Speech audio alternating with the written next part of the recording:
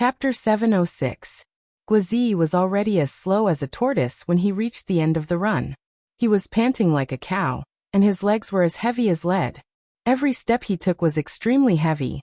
However, he still managed to display an astonishing amount of perseverance and persevered until the last second of the 30 minutes. It was only when Ding Xiang shouted for him to stop that his limbs went soft. He lowered his head and wanted to collapse onto the stone chair beside him. At this moment he wanted to complain, but he didn't even have the strength to speak. There was only a stop signal in his head.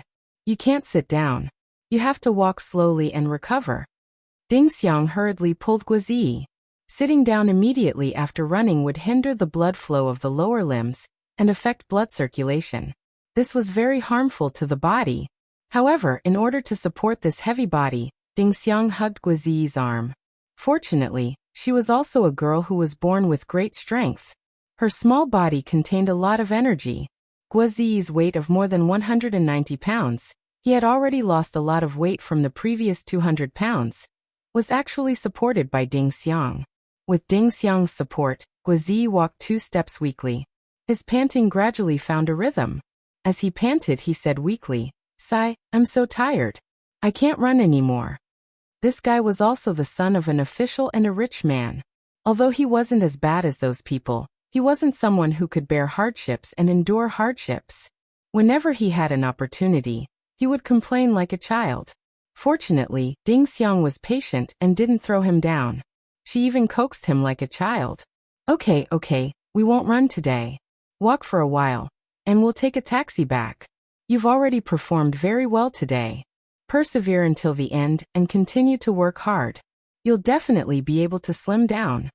As they walked, Guazi's brain gradually regained a bit of consciousness. However, he gradually stopped talking. His cheeks were burning and seemed to have turned red. There was a warm current surging in his heart. Of course, Ding Xiang couldn't find Guazi's strangeness in the middle of the night. Even if she saw Guazi blushing, because Guazi had just finished running, she wouldn't feel strange. Guazi was the only one who noticed it. His arm was in Ding Xiang's embrace, and he was pressing against Ding Xiang's chest. The two mounds were separated by layers of clothing, and through the pressure of his arm, the soft feeling was transmitted into his mind. It was the first time he had been in such close contact with a woman.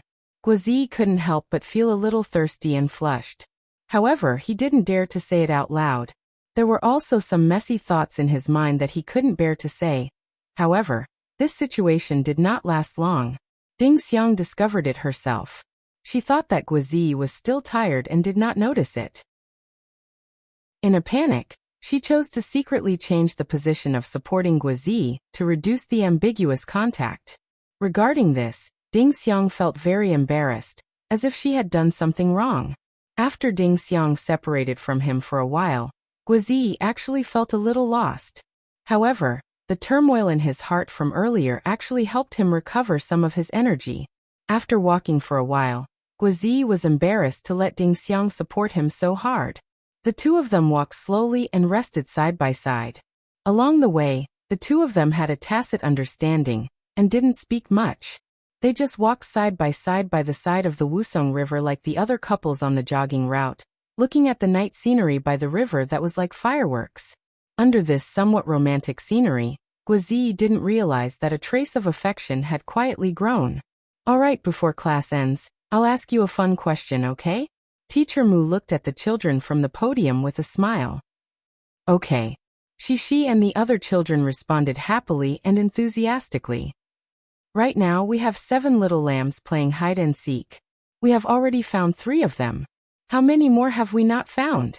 Teacher Mu asked the question as he drew 7 little lambs on the blackboard.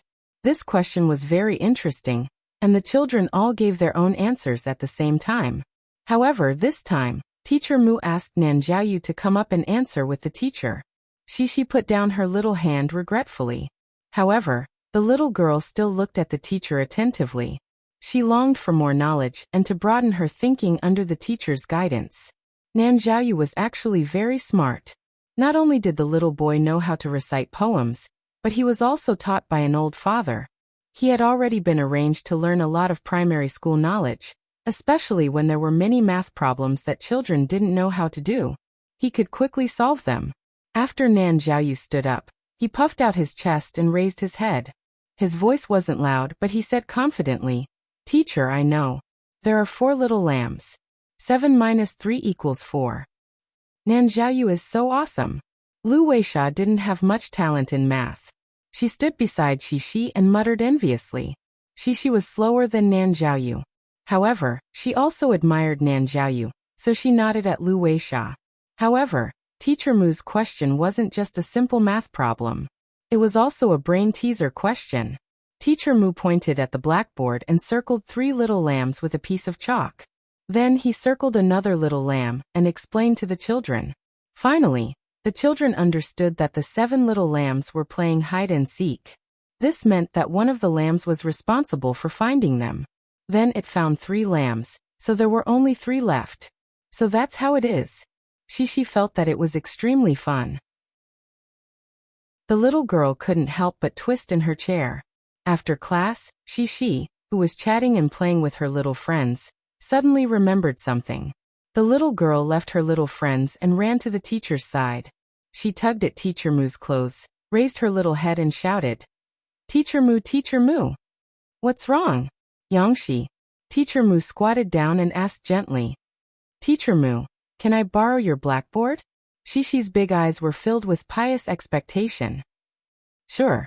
However, teacher, can I ask why you want to borrow teacher's blackboard? Teacher Mu asked with a smile.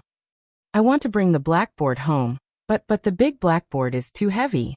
I can't carry it. My papa is very strong. I asked my papa to bring it home. The little girl was very happy to get Teacher Mu's approval. She tried her best to describe her idea to Teacher Mu. Are you going to take it home to draw? Teacher Mu couldn't help but ask. He not drawing. I'm drawing on paper. My papa is also drawing on paper. Xixi shook her little head and said happily, Mom asked me to teach my little brother, so I want the big blackboard. Finally, they got to the point. Teacher Mu smiled and said, So you want to teach your little brother, so you want to write on the blackboard like a teacher to teach your little brother, right? Xixi nodded vigorously. Yes. Teacher Mu was about to praise Xixi for being sensible, but on second thought, there seemed to be something wrong. Didn't Yang Yi's family have their second child born at the end of last year? Chapter 707. In the afternoon, Yang Yi went to the kindergarten to pick up Xixi. When the little girl saw her father coming in, she happily pulled her father to the corner of the classroom. She pointed to the blackboard on the side and said to her father, Papa, take this home. At that time, Yang Yi was a little confused. Why did he have to take away the teacher's teaching materials? Teacher Mu followed them. She explained to Yang Yi about Xixi's request today and said with a smile, I thought Xixi was referring to a relative's child, but after asking her, it didn't seem to be the case.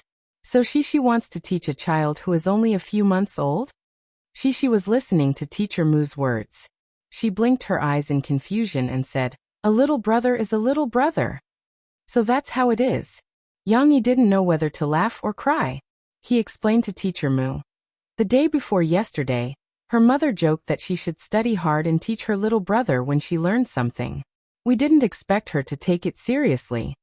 Xixi didn't mention this request yesterday, because Teacher Mu didn't teach the children yesterday.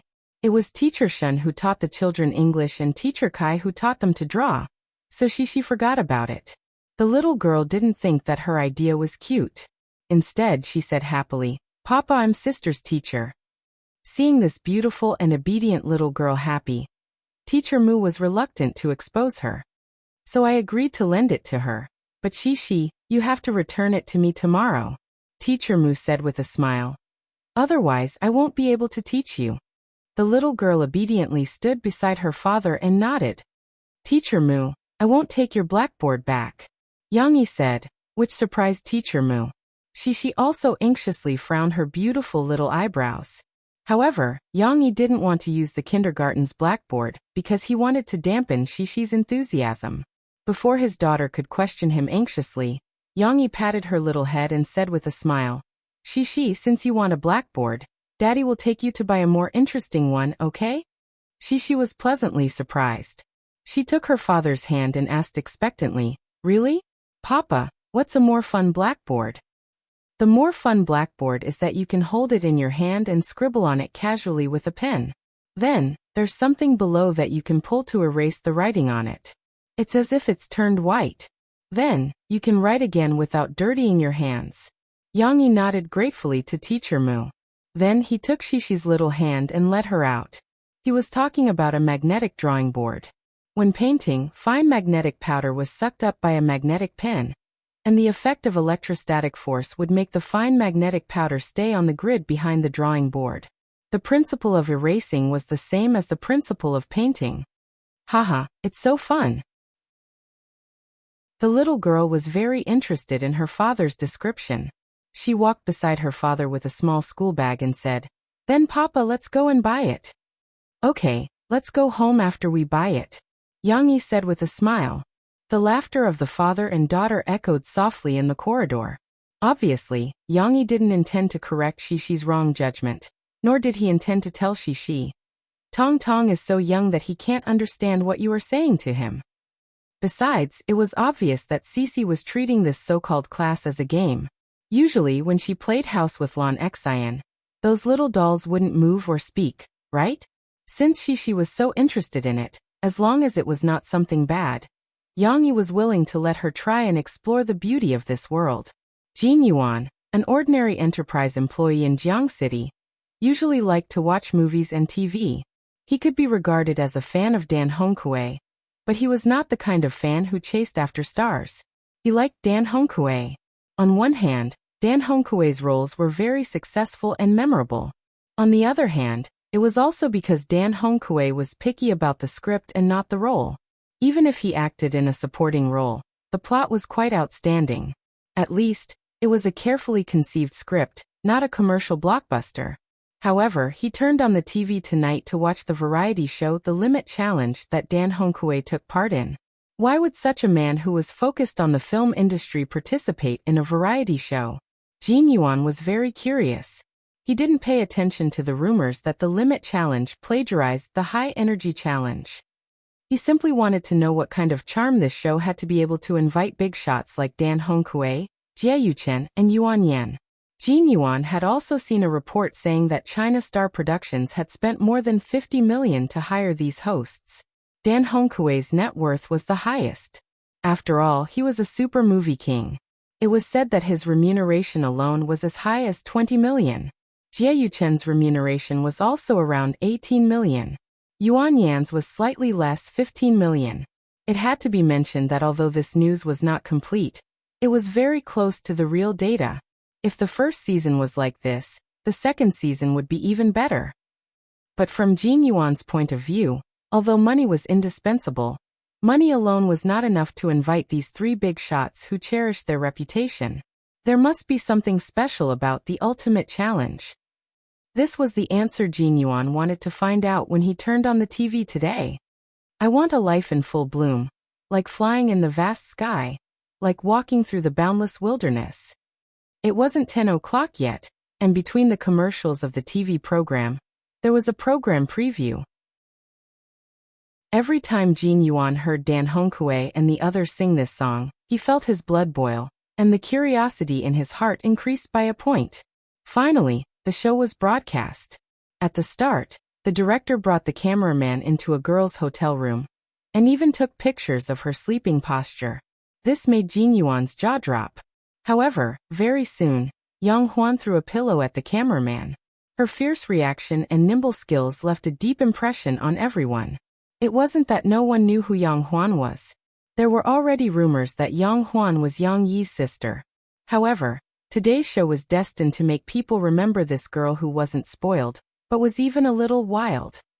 Of course, at the start, Jin Yuan and the rest of the audience didn't understand what the show was doing. Why were they filming the members waking each other up one after another? However, very soon the fast-paced The Limit Challenge entered a time race. Jin Yuan finally saw a real reality show. There were only rules and no script. It was like playing a game, where the members had to fight on their own. No one knew who would win or lose until the very last moment. Jin Yuan was gradually mesmerized by the show. He even forgot that he was only there for Dan Hongkui. Dan Hongkui, who was humorous and had a lot of tricks when talking to others, was interesting. However, the other members had their own unique charm. The cunning and astute divine mathematician Yuan Yan's ability to calculate was truly breathtaking. Jie Yuchen loved to show off. Under his mature appearance, he hid a funny heart. When he was pleased with himself, there would always be some farce. Zhu Jie was silly, but he knew the tricks of variety shows. He was funny and had a good attitude. Even though he was treated like a pig by Jie Yuchen, he still joked with Jie Yuchen. The two of them were like football commentators when they talked about the fight between Yuan Yan and Yang Huan, which made Jin Yuan and the rest of the audience laugh. Yang Huan overturned Jin Yuan's understanding of women.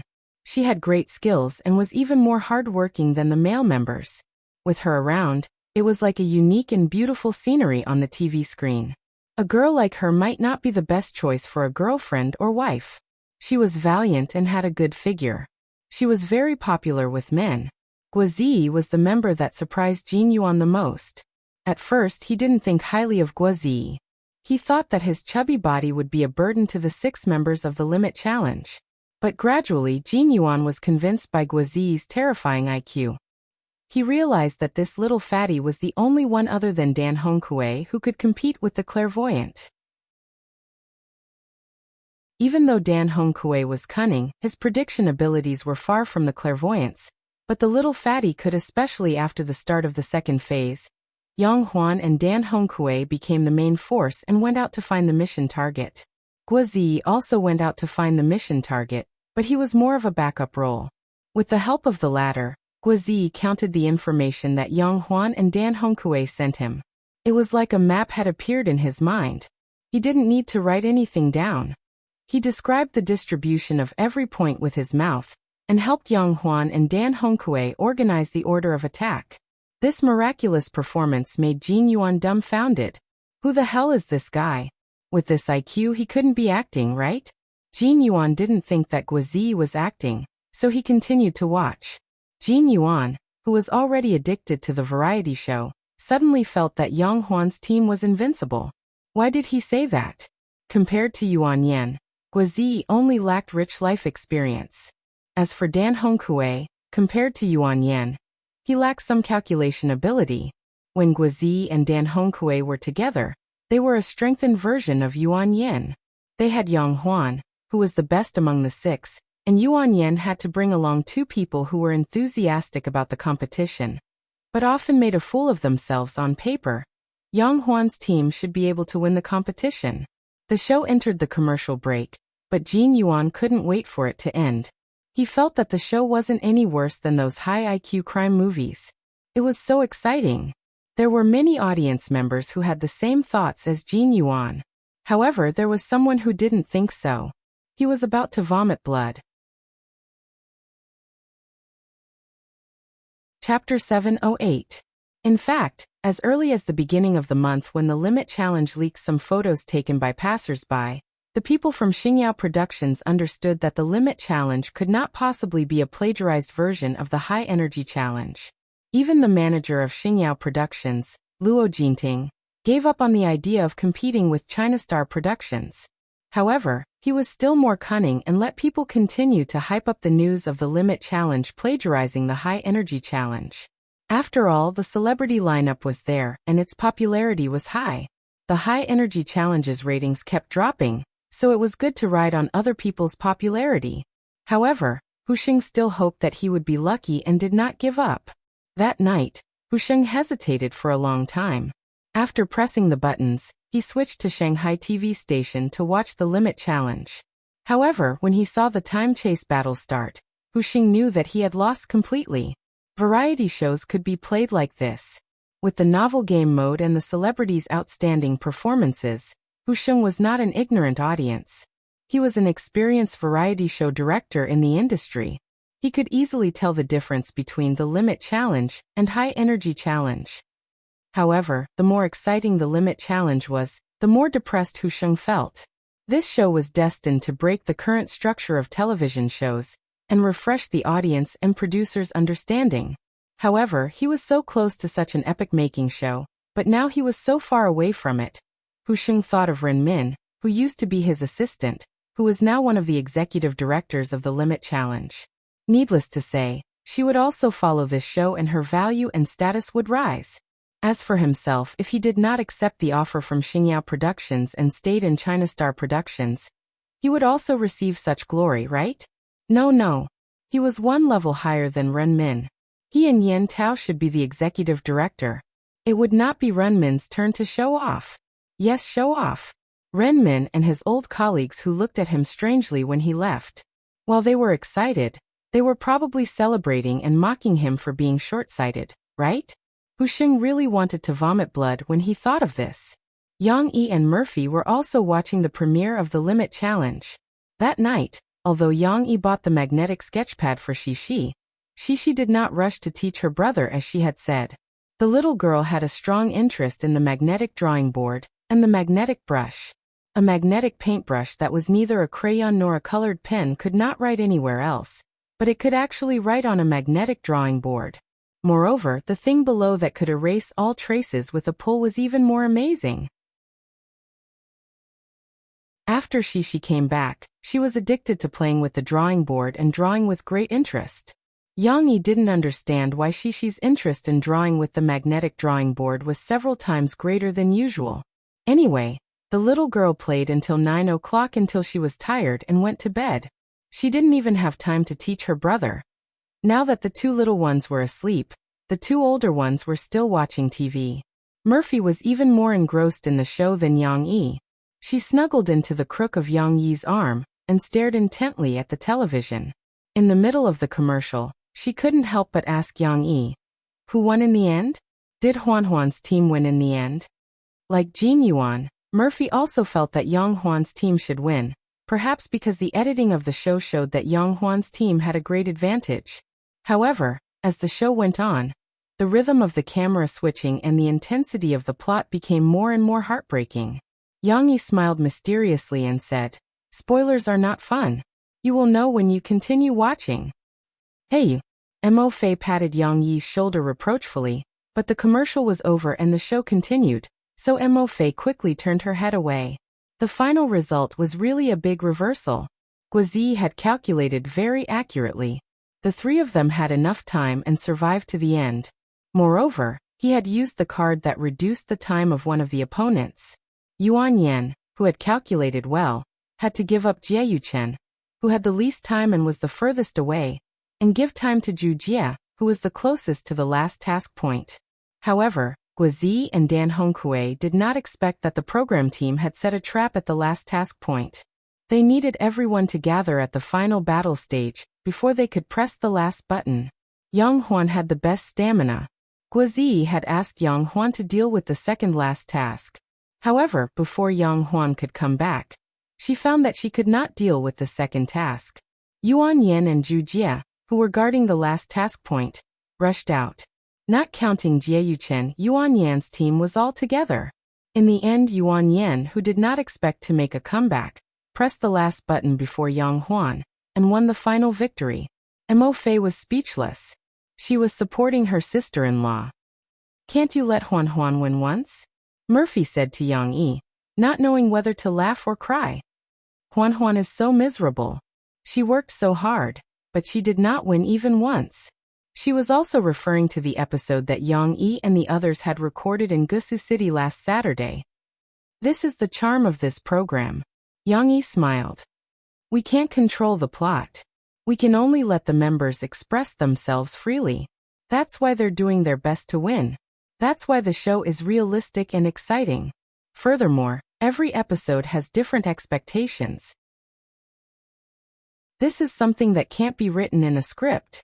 What about Huan in the future? Will she keep losing? Teacher Yuan and Brother Dan are too cunning. Huan is not as scheming as them. Murphy said worriedly. When we were recording last week, Zhu Jie told me that it doesn't matter if she wins or not. The most important thing is to appear on screen. Yang Yi said. Although Huan may not win the challenge, it doesn't mean that she can't win either. As long as she keeps performing like this, the audience will still like her.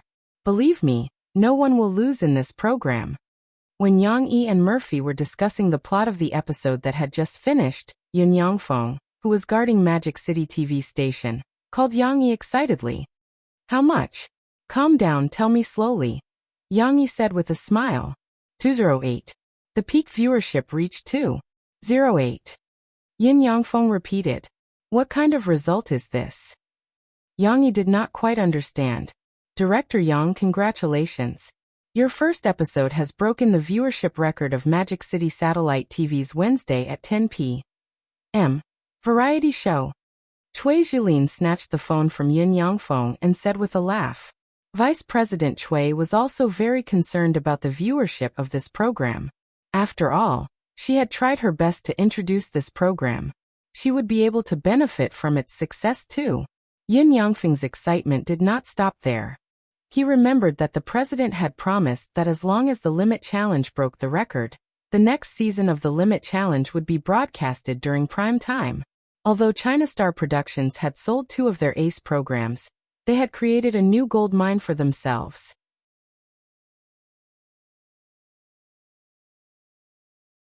Chapter 709. Viewership ratings were one of the criteria for the producers to measure their success. Of course, the most important criteria was the reputation of the audience. Yang Yi and the others did not know about it in the middle of the night, but Mu Yuqing, who was far away in Yangcheng, felt it very deeply. Wednesday night was usually quite busy. Mu Yuqing was at a critical point in a project, and the entire department was working overtime. He only returned home after 10 p.m. Mu Yuqing did not want to watch TV at first. It was not complete anyway, so he might as well watch it or wait for the episode to be uploaded. However, he felt a little hungry after returning home so late, so he turned on the TV while eating instant noodles. He glanced at it a few times out of boredom, and went to take a shower after finishing his noodles. Who knew that after a few glances, he would dive right in and could not pull himself out. It's so exciting. Mu Yuqing could not help but sigh after watching it. It's really young Dada's creativity. It's like Prison Break, endless and unpredictable. Mu Yuqing felt that it was not enough and needed to share it with others. Therefore, he did not take a shower in the middle of the night.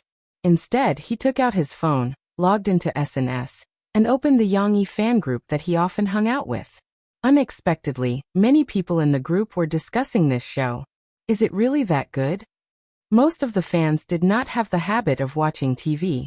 They were confused by the commotion and could not help but ask. It's good. I strongly recommend it to you. Mu Yuqing quickly answered a fan's question. Even old Mu was exposed. Old Mu, did you watch it too? The messages were flooding in quickly. I watched half of it. I worked overtime tonight and came home late. Mu Yuqing replied. Where should I start? Yuan Yin went to snatch Yang Huan's time. Then you have to watch the beginning. It's also very exciting. It's a pity to miss it. Many people expressed.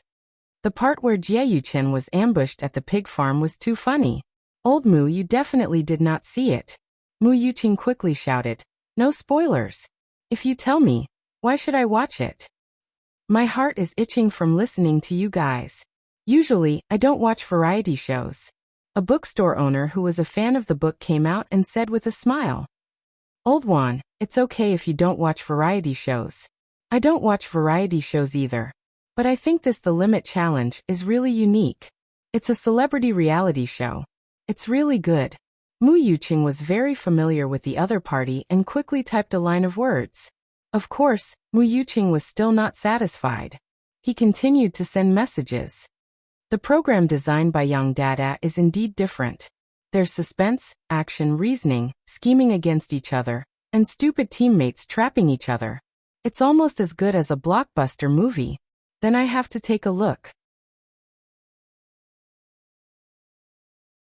Many of the audience members who had fallen in love with Guizi because of the Limit Challenge finally understood why Guizi had such a heaven-defying IQ. It turned out that the production team did not deliberately let Guizi act. A top scorer in the college entrance examination, who was about 16 years old at that time, had a very high IQ. This video also exposed Guizi's youthful frivolity. This guy was the top scorer in the college entrance examination, But not only did he not apply for Beihua University, which many candidates dreamed of, but he also applied for Jiangqing Media University, which had rejected him before. He even said it to the camera. Although Guozi in the video was a little arrogant, unexpectedly, this video did not have a negative impact on him. Instead, it made more people like Guozi. They liked this little fatty who was honest and persistent in pursuing his dreams. Do you look up at the moon? Or do you lower your head and pick up a sixpence? Guozi gave up a bright future that many people could only dream of, and chose to pursue a vague dream. It had to be said that even if they felt it was a pity and did not think that this little fatty could become the best actor, Guozi's attitude was still worthy of respect and affection. Yang Huan also gained fans. Previously, Yang Huan was widely criticized for being Yang Yi's biological sister. Even though the crew of Drawing Sword had already proven her identity as an actress, she was still selected for the Extreme Challenge. She was even selected for the Drawing Sword crew and was widely criticized for her role as Xiuqin. Before the show was broadcast, many people scolded Yang Huan online, saying that she relied on her connections to get to where she was and looking down on her. In the film academy, Yang Huan also received strange looks from many of her classmates. Of course, there were also many people who wanted to get closer to Yang Yi by pursuing Yang Huan. Yang Huan was well aware of this and was not affected too much. However, the people of the Yang family were very strong and had a tenacity in their bones. Even if she was a girl, she was not willing to be crushed by the pressure easily. Even if Ding Xiang was not by her side to talk to, Yang Huan was still holding back her energy and wanted to break through the door to show those who looked down on her. However, she did not expect that after one episode, many people would change their view of Yang Huan. Even if they still labeled her as Yang Yi's sister, Yang Huan attracted a wave of fans with her valiant and heroic appearance, nimble skills, and brutal fighting spirit. Yang Huan's popularity was not obvious enough, but there were still some nosy reporters who used Yang Huan to cause trouble for Li Manman. Li Manman, who was about to get her hair done, was blocked by reporters outside her company.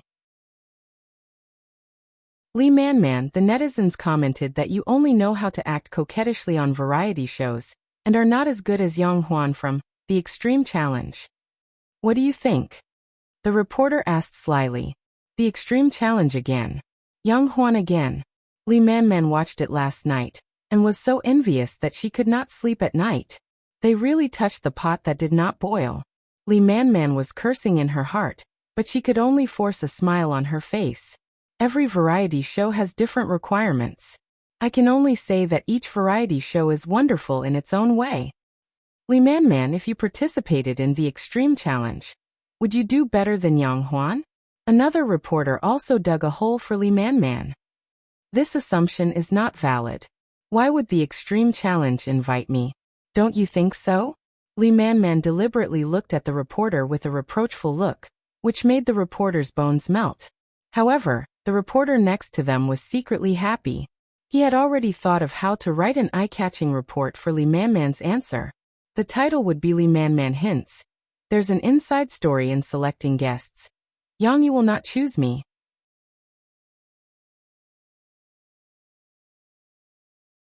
Chapter 710. After all, the magnetic sketchpad was not as fun as a real paintbrush.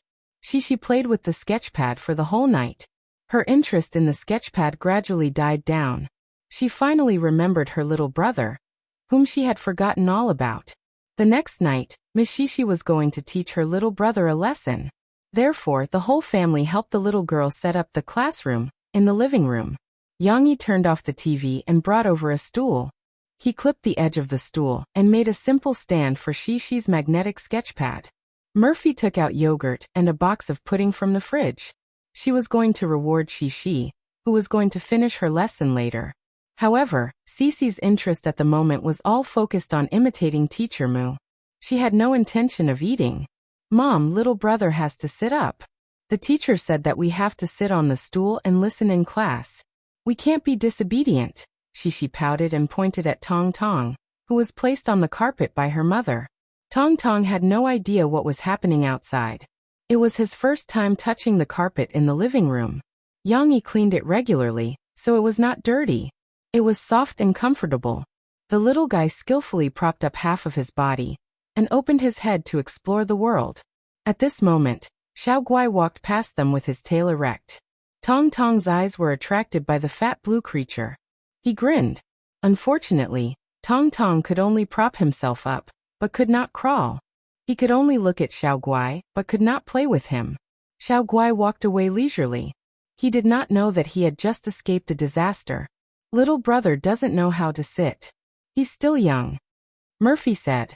Shishi was a little disappointed, but she did not dwell on it too much. After her father finished setting up, Miss Shishi's lesson began. Little brother, look here. As a teacher, Shishi was not very competent.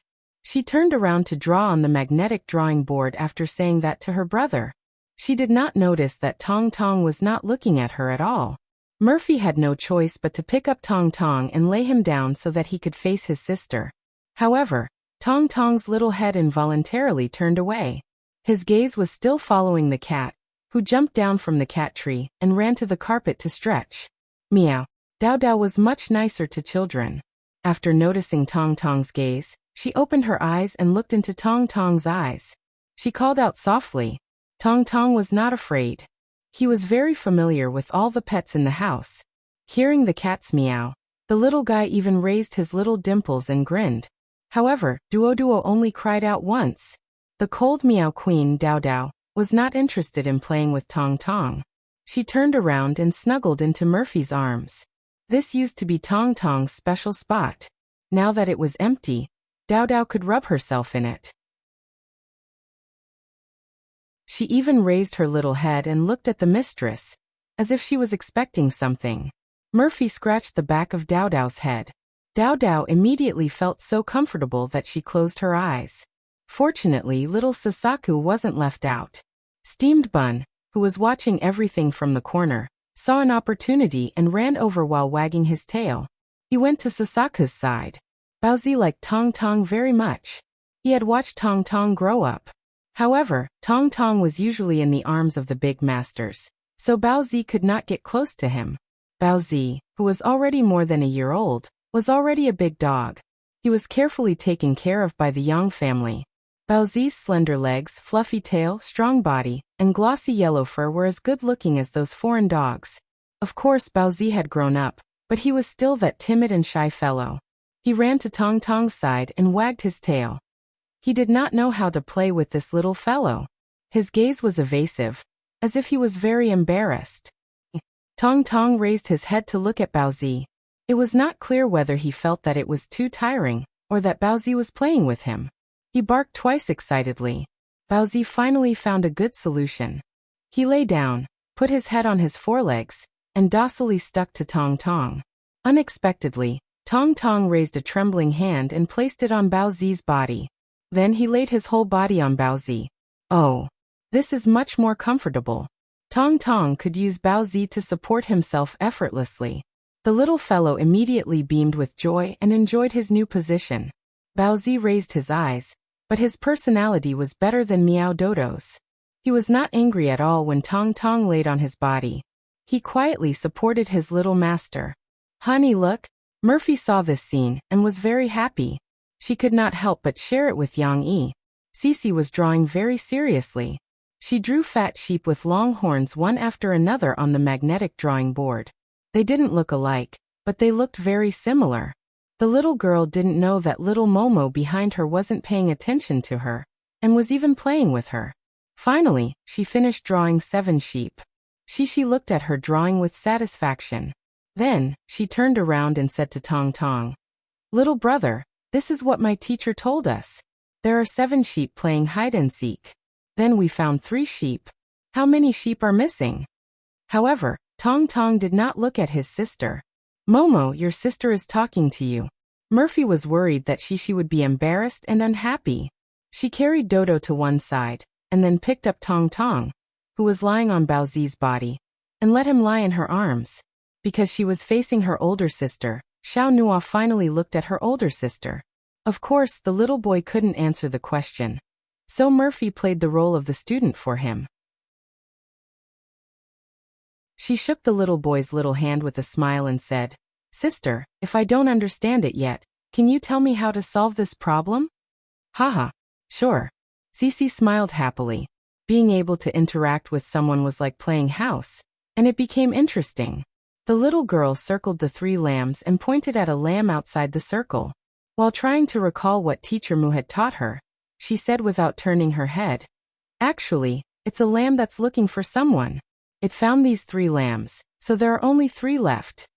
Perhaps it was because the color of the magnetic drawing board was not good, but Tong Tong was not interested in it. He turned his head away and looked at Bao Zi, who was next to him, with a smile on his face. It was as if he was still thinking about the soft and warm dog meat cushion. Actually, you can use a different way of thinking to solve the problem. Yang Yi was happy to guide Shishi. He moved over and took Shishi's magnetic drawing board. He pointed at the sheep and said with a smile, "You can think of it as Chi-Chi. This is Xian Air, Chen Shiyin, Lu Weisha, and Nan Xiaoyu. This is you. And this is Momo, right?" Yes, yes. Shishi's attention was focused on the new way of thinking that her father had given her. Her bright eyes were filled with curiosity. "Now we are playing hide and seek. You are in charge of finding people. You have found your brother, Nan Xiaoyu and Lu Weisha. Who else is there? How many people have you not found?" Yang Yi asked with a smile. "There are still Chi-Chi, Xian Air, and Shiyin," Shishi said happily. "There are 3 of them. Yes. This is called the substitution method," Yang Yi said with a smile. Sometimes you can use addition and subtraction to solve problems, but sometimes you can use examples in your life to solve problems. You will find that your thinking is clearer, and complicated problems will become simpler. Shishi could not understand the last part of her father's words. However, the first part was already very interesting.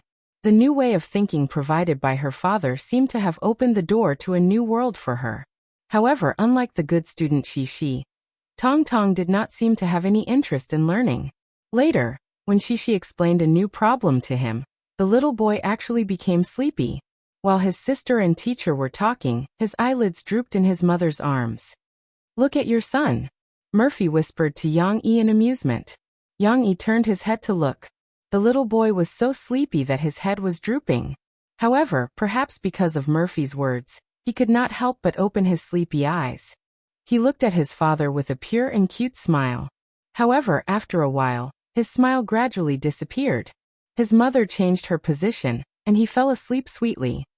"My brother is not going to class," Shishi said regretfully. She had just finished her new painting when she realized this. Yang Yi patted Steamed Bun, who was sitting beside Murphy and looking as serious as a little guard. "It's okay. You can continue. Even if my brother is not listening, Mom and Dad are still listening. And look, Steamed Bun is also listening seriously." "Okay then." Shishi smiled cheerfully. The little girl was still not satisfied with cosplay. She felt that being Steamed Bun's teacher was also very interesting. It's over," Murphy whispered into Yang Yi's ear. "Your son will definitely be a bad student who doesn't like to go to class. He will sleep as soon as class starts."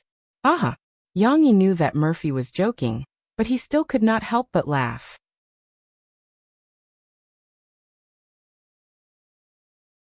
Chapter 711. On March 1st, The Fugitive was released. Nationwide, its showtimes were not high and it was ranked at the back of all the movies released at the same time. However, during the movie's off-season, it was a hot topic. It was in the top 3 most reported by the media. The main leads were Yang Yi, Geng Sha, and Guo Zi in a supporting role. Although they were not very famous during filming, now Yang Yi aside, Geng Sha was already the 3rd most talked about person in the country. Guo Zi was also a new artist who had just made a name for himself in the Ultimate Challenge. Of course, this movie was not viewed favorably. Yang Yi and Geng Sha had never acted in a movie before, and were already the main leads. Guo Zi had only acted in a short movie before and could not even be considered to have acted in a movie. With this kind of cast, could they make a good movie? Even though many media outlets were paying attention to The Fugitive, there were even more people waiting to see Yang Yi make a fool of himself. This movie was written, invested in, and starred by Yang Yi. Would it cause Yang Yi, who had created miracles time and time again, to suffer a painful Waterloo? Moreover, it was rumored that Yang Yi's and Murphy's daughter would be used in the movie. The reporters were eager to prove that Yang Yi's nepotism was a mistake. As for the new director, Du Yuanlei, she was completely ignored. The attendance rate for the premiere was the same as the showtimes. It was not high. This was because people who liked to watch movies either went for the few famous directors or the familiar faces of famous movie actors in the promotional videos. This kind of movie without a big investment, a famous director, or a big-name actor obviously could not attract passers-by fans. Those who were able to watch the movie on the first day, other than Yang Yi's hardcore fans, were just some curious people. The box office on the first day is only 4.01 million. The next day, in a coffee shop on the corner, Du Yuanlei, who had just finished a phone call, read out the box office data to everyone. She had a sleepless night, and her face was full of regret and fatigue. This box office data was not considered low. There were many films that did not even reach the bottom, but it was not considered high either. In the box office of the day, it was ranked 6th. Not to mention the ones in the middle, the number 1 film, Fortuitous Encounter, had already been released for 14 days, and the box office for that day was still more than 73 million, firmly in first place. The difference between the first place and the 6th place was obvious. It was no wonder that Du Yuanlei was filled with unwillingness. I think it's mainly because of the disparity in the showtimes. The showtimes for Fortuitous Encounter are as high as 26%. How many times more is it than ours? If we can also have 26% of the showtimes, I think we can also have a box office of tens of millions. Wang Chao curled his lips and said indignantly, "It's not just the difference in the showtimes. Our investment and cast lineup can't be compared to others. I think it's already very good to have a box office of more than 4 million. Zhu Liang said with a smile. Look at Fate in the Starry Sky Reflections, which is claimed to be a sci-fi romance film with an investment of 200 million. Didn't it also flop in the premiere? Now the box office for one day is only a little more than 1 million. It's estimated that we can't even recoup the cost when it's taken down." "Hey, can't you say something good?" Long and I said angrily. "Actually, 4 million is already very good, okay? It's only the first day of the premiere, and our first film can get more than 4 million at the box office. It's at least a passing or even a good result." And I don't blame them. I'm not satisfied either. Brother Yang's script is really good. Maybe I didn't shoot it well enough and couldn't reflect the feelings in it more deeply. Du Yuanlei blamed herself. "Sister Lei, did we recoup the cost?" Lu Xiaoshu, who was holding a guitar and watching their discussion, asked curiously. He was a movie novice. Miao Chuan pulled Lu Xiaoshu aside and said, "Don't interrupt. It's only the first day of the box office." "But 4 million isn't a small amount." Lu Xiaoshu asked in confusion. "4 million. If we want to deduct 5% of the movie's special fund, 3% of the tax, and 2% of the copyright protection fund, we have to pay for it. We also have to split it with the theater chain, distribution company, and other stakeholders," Wang Chao explained to him. "In the end, Brother Yang should be able to get about 1 million. Our film's production cost isn't high. It's about 5 million. Originally, we didn't need so much. It's just that Brother Yang's requirements are more meticulous. However, the publicity cost before the movie is released is not small. Think about it. Other than dealing with the media, micro-broadcasting, and so on, Brother Yang and Geng Sha have chosen to do publicity for our film. These are all huge expenses. Of course, Extreme Selection is also their own program, so it will be cheaper. However, there will be more publicity activities later on. Adding all these together, the publicity cost is no less than 5 million. I even think that with Sister Xiaozhuan's arrangement, it might be more than 10 million. Wang Chao did the calculations, and Lu Xiaoshu was dumbfounded. In other words, the film has to be released for more than half a month before we can recoup the cost? Lu Xiaoshu took a deep breath and asked, "How can the box office calculation be as simple as multiplication and division?" While they were talking, Yang Yi and Murphy also arrived. Murphy's arrival with Tong Tong immediately swept away the somewhat depressing atmosphere in the coffee shop. The cute baby became the center of everyone's attention, especially the girls. Even Du Yuanlei, who was depressed just now at this moment, went over to play with Tong Tong. Looking at his big round eyes, she couldn't help but laugh. What are you guys talking about? Yang Yi smiled, patted Lu Xiaoshu's shoulder and said. Lu Xiaoshu and Wang Chao talked at once about the box office problems. Little Du, come here. Yang Yi waved his hand and called Du Yuanlei and the others over. Then he said, Xiaowan also told me about the box office. 4 million. This is a good start. Everyone quieted down and quietly listened to Yang Yi's words. Actually, I don't care about the box office. After all, this is our first film. It's an important opportunity to hone our team. Even if we lose money, I don't care. So, little Du, you don't have to put too much pressure on yourself. Yang Yi changed the thread of discussion and said, but after knowing that the box office is 4 million on the first day, I suddenly feel that our film may be a success. Why? Because we are a group of newbies, but the box office is 4 million on the first day. This is amazing. Du Yuanlei also wanted to explain that the box office was not high and was worried about the future. Yang Yi smiled and waved his hand, saying, the box office on the first day doesn't mean anything. What you should see are the comments from the audience on the internet. I read a lot before coming here. What did the audience say? Xiaoshu, read it for everyone. Lu Xiaoshu inexplicably took Yang Yi's mobile phone and began to read the comments on it. Looking at the name of the film, I thought it was a crime film. I was wrong. This is a comedy film in the guise of a crime. The whole process was funny, and the appearance of the little girl brought an unforgettable warmth to the film. Until now, I still remember the soft long hair of the little girl. There were a lot of funny points in the movie. The most memorable one was when Geng Sha was robbing a bank. Geng Sha really played the role of an idiot to the fullest. Especially when the bank clerk came out from behind the counter. The whole theater was laughing. Yang Yi played the role of Rudy, a writer and singer acting in a film and playing the lead role. Can you believe it? Yang Yi vividly portrays the coldness of the criminal. And the tender interaction between him and the little girl is also heart-wrenching. It's hard to believe that this is his first time acting in a movie.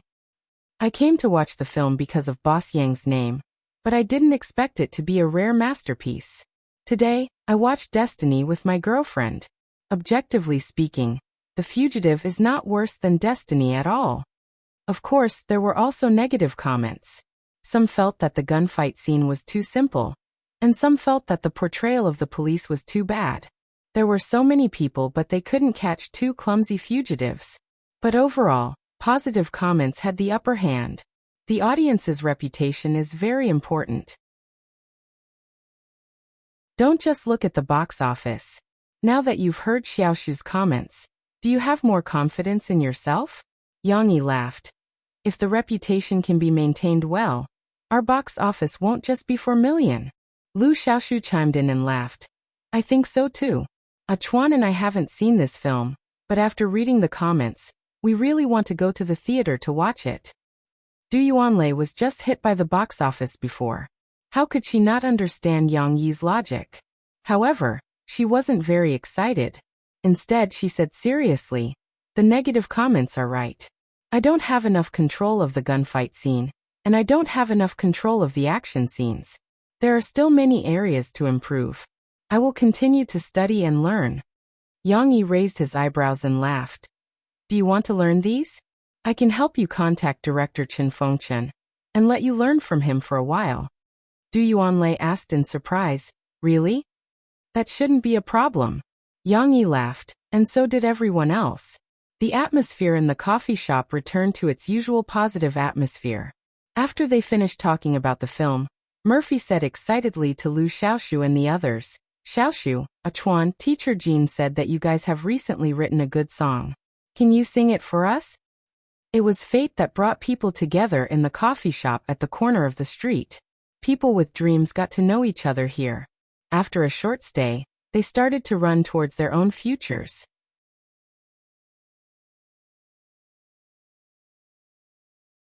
Chapter 7:12. Just as Yang Yi said, The Fugitive's daily box office wouldn't just be 4 million. Indeed, after it was released, the box office increased every day due to its good reputation. However, the increase wasn't huge. After all, the accumulation and explosion of reputation still required time and an opportunity. The media's coverage of The Fugitive didn't decrease. Many film critics gave good reviews and recommended the audience to watch it. However, it seemed that someone was deliberately doing public relations. Many media outlets used the box office data and the weak gunfight scene in the movie to criticize the movie, resulting in a strange situation where both praise and blame were mixed. This kind of negative report wasn't one-sided, but half true and half false. It was hard to figure out what was going on. Although industry insiders could see the problem, the audience couldn't. It more or less affected the publicity of The Fugitive. Mo Shawan even asked someone to investigate this matter. But the mastermind behind the scenes hid very well. It was even a trap set up through several layers of middlemen. Mo Shawan could only helplessly give up the investigation. It could be that other movies are suppressing our showtimes. It could also be that Global Pictures, which had conflicts with us before, with Su Zhongwei's background and connections, it's not impossible for him to do something like this. Mo Shawan could only give such a speculation. Yang Yi didn't do anything. He was waiting for the opportunity to come. The release of The Fugitive had a big impact on Xixi. This young actress had a good reputation among the audience who had watched the movie. Moreover, her parents had special identities. Naturally, the reporters wanted to follow up on Xixi. Yang Yi protected Xixi very well. Springfield Kindergarten also strictly monitored outsiders, so the reporters couldn't get in touch with Xixi. However, the pervasive reporters still got some photos of the children at kindergarten activities from some parents. Through interviews with some parents, they learned that Xixi's personality was completely different from Wang Mai, who she played in the movie. This information was slightly processed by the reporters and became one breaking news after another. There were even reporters who made up stories to attract more attention. It was as if they had really seen Xixi on set. They praised her acting skills to the heavens. This is a talented young actress who's not even 6 years old. If it was any other news, Yang Yi wouldn't have bothered to respond. However, this news made Yang Yi vigilant. Although Xixi wouldn't see it, Yang Yi didn't want his daughter to fall heavily after being praised by others. After Mo Xiaozhuan's reminder, Yang Yi used his micro-broadcasting, Xixi's family chef, to send out a long micro-broadcast. Let me formally introduce our family's little cotton-padded jacket, Xixi. She's a lively and lovely little girl. Like other children, she's full of curiosity about the world, and likes to listen to her father tell her stories. She's optimistic and cheerful, and has many good friends in kindergarten. She's kind and gentle, and likes to help others. She gets along well with the cats and puppies at home. She's even full of love when she treats the little goldfish. However, I hope everyone doesn't misunderstand. Xixi is just a very ordinary child. She's not a professional actress, let alone a talented young actress. Xixi was able to play Wang Mai well not because she has a lot of talent in acting, but because there were too many enthusiastic adults on set who helped her. There was teacher Xiang Jianglei who kindly guided her, Geng Sha who specially made adjustments for her, and director Du Yuanlei who patiently explained the scene to her, and didn't get angry at her NGs. Filming is just a new experience for Xixi. It's a special and interesting experience in life. Murphy and I don't want her to continue on the path of acting. In fact, she's just like other children now. What she needs is to play to her heart's content, and enjoy a beautiful childhood. Then she can gradually learn and understand the world. When she grows up, she can choose the path she wants to take. Murphy and I don't have high expectations for the children, and we won't use grades as the standard to measure a child's growth. We only hope that she and her brother can first be healthy, second be happy, and third be as successful as possible. But most importantly, they have to know that they're ordinary people. Under this micro-broadcasting, there was also a photo of Xixi's face that Yang Yi was willing to give out for the first time. The first photo was of Xixi smiling happily while eating cake. The second photo was of Xixi holding a card camera to take a picture of the little goldfish in the fish tank. The third photo was of the little girl wearing a piggy costume. Finally, there was a photo of the set. In it, Xixi was wearing Wang Mai's student costume. She was in the arms of old master Xiang Jianglei, smiling happily. Yang Yi didn't know how big of an impact his micro-broadcasting had had. Xishi's fans, who had originally liked Xishi, felt sorry for her when they saw her sad and pitiful appearance in the movie.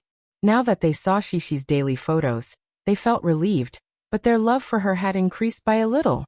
The sad Wang Mai had a special quality that made people want to dote on her, and the innocent Xishi in her daily life made people want to dote on her even more. Xishi's charm was irresistible. Not only did the adults like such a little girl, but they also wanted such a kind and beautiful daughter who loved to smile. Some young people who didn't have children were also attracted by Xishi's cuteness. Under Yang Yi's micro-broadcasting, it was unknown who started it, but more and more people jokingly called him father-in-law. Father-in-law, you have to take good care of my wife. It's raining in Jiangcheng. Don't let her catch a cold. Father-in-law, why are my wife's legs so thin? Is it because you don't feed her enough? Do you want me to treat you to a meal? Father-in-law, please accept a bow from your son-in-law. Father-in-law, when my Xishi's hair reaches her waist, I'll bring millions of betrothal money to marry her, okay? Although it was just a group of netizens teasing, the embryonic form of the nation's father-in-law could be seen. The media's reports also followed up, especially the last paragraph of Yang Yi's micro-broadcasting, which was quoted by the media. Although they were still talking about Xishi, the media's interest in Xishi had unknowingly shifted to the reporting of Yang Yi and Murphy's way of educating their children. They looked for clues from Yang Yi and Murphy's daily micro-broadcasting, and analyzed Yang Yi and Murphy's way of educating their children. After this paragraph was reported by the media, many parents also paid attention to it. The more they read, the more they felt that it made sense. Some people regarded it as a Bible, and some people began to reflect on their own way of educating their children. Of course, these external influences were almost invisible to Xishi. Xishi could feel the change in her unexpected popularity. She could feel the strange gazes from the parents and the curiosity of the children in the kindergarten towards her. For example, on this day Wang Shijuan, who rarely spoke to Xishi, suddenly ran over and looked at Xishi strangely. She then asked, Xishi, my mom said that you've become a big star, right? What's a big star? Lu Weisha asked. It was the first time that she had heard this word in Chinese. Hey, you're a foreigner. You don't know anything. Wang Shijuan said proudly. Let me tell you. A big star is very famous people, and they will even appear on TV. My dad said that I'm not a big star. Xishi said to Wang Shijuan seriously. But you're very famous. Wang Shijuan scratched her head and said, My mom asked me and my sister to play with you. Wang Xiyun said unwillingly. I don't want to play with Xishi. It wasn't a big conflict, but children had their own social circles. Then we don't want to play with you either, Chen Shiyin shouted. Then forget it. Wang Shijuan ran away, as if she didn't take it seriously at all, and it was just a task that her mom had given her. This made Xishi very confused. When she came back at night, she asked her father, Why do people say that I'm a big star? Wang Shijuan doesn't want to play with me, but her mom asked her to play with me? People say that because they have a misunderstanding. They think that you're very good at acting in movies, so they say that. But Uncle Gua has also acted in movies. You, Chen Shiyin, and Xionaire have also acted in movies. Will you call them big stars? Yang Yi said with a smile. No, I won't. Big stars don't sound nice. The little girl shook her head and said innocently, I also don't like them calling me big stars. I'm Xishi. That's right. But we can't stop others from talking, right? We just need to know that we're still us. Dad is still Dad, Xishi is still Xishi, and Xionaire is still Xionaire. Dad loves Xishi, and Xishi and Xionaire are still good friends. Everything is still the same as before, right? Yang Yi said with a smile. Yes. The little girl smiled sweetly. She liked what her father said, but subconsciously, she didn't like Wang Shijuan's tone. Then it's fine. Don't care about what others say, we just need to be ourselves. Yang Yi patted his daughter's head lovingly. Fortunately, these effects were minimal, and Yang Yi could help Xishi slowly adapt to these changes. Life was always full of changes. Being afraid of changes and cowering would not solve the problem. Yang Yi wanted his daughter to learn to be herself in the midst of changes.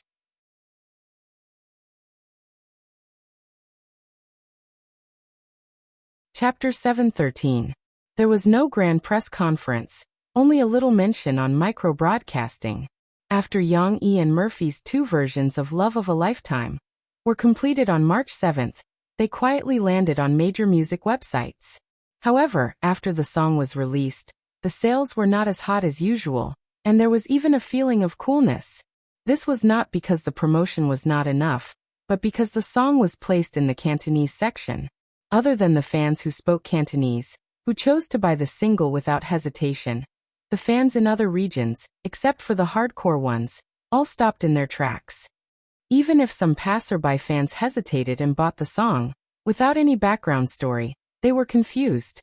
Even if the melody was moving, they felt that they had lost out, and the evaluation they gave was suddenly not very high. However, the fans who could understand and had some life experience still gave the song a very high evaluation. To buy or not to buy? Many people were watching.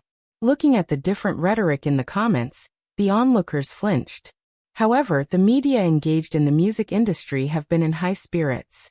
The songs written by Yang Yi can't even squeeze into the top 50 sales, which is a very rare thing. Li Shijian, a professional music critic, was hired to write a music review column in Voice of China. Although with the development of the internet, the audience of music review columns in traditional media has been much smaller, Voice of China magazine has actively improved and also cooperated with the company's Tianjai Music website. Music news and music review articles in print media will also be uploaded to the internet for fans to read. Therefore, Li Shijian, who has unique insights and analysis in music and is sophisticated in writing, still has a lot of fans, and most of the fans are similar to Li Shijian's style of music. From reading Li Shijian's column, they can find the music they like. On this day, Li Shijian received an invitation from the editor-in-chief, asking him to comment on Yang Yi's new song, Love of a Lifetime. Of course, the editor-in-chief had some bad intentions. He hoped that Li Shijian could analyze the reason why Yang Yi's new song was not popular, which would make it convenient for them to make a big fuss in the news module. I'll listen to it first. Li Shijian responded indifferently. Li Shijian's impression of Yang Yi was still very good. In the past, Li Shijian gave high praise to songs such as Listen to the Sea and Coming Across the Sea to See You. What kind of song would this Love of a Lifetime be? It can't be a love song, right? To be honest, Li Shijian was a little tired of listening to Yang Yi and Murphy sing love songs. Sweet songs couldn't express the kind of unforgettable feelings like Listen to the Sea. But before making a judgment, Li Shijian cleared his mind and forgot who Yang Yi was, who Murphy was, and the songs they had sung before. Then he started to listen to the music. The first song that Li Shijian listened to was Yang Yi's version, which was similar to the one that Yang Yi had sung for his grandfather. The accompaniment was very pure, and it was a simple guitar solo. But just from the prelude, Li Shijian could tell something. It didn't sound like a normal pop tune. The charming and gentle string notes seemed to have a bit of an exotic flavor. Slow, very slow. The melody of this song should have a sad tone. Li Shijian was energized. Then Yang Yi's singing came. Although the Cantonese lyrics made Li Shijian frown slightly. He could understand some Cantonese, but after all, he was not an authentic native speaker of Cantonese. It was a bit difficult to listen to it now. However, Yang Yi's singing was refreshing to Li Shijian. It was not popular at all, and it was not retro at all. Perhaps it was more appropriate to describe it as old and melancholy. Li Shijian had never heard this kind of singing before. It was very unique. But it was unique and not abrupt. Li Shijian was very comfortable listening to it, especially the singing that was low and sometimes high. When it was low, it made people feel confused, and when it was high, it made people feel like they were in a barren wilderness.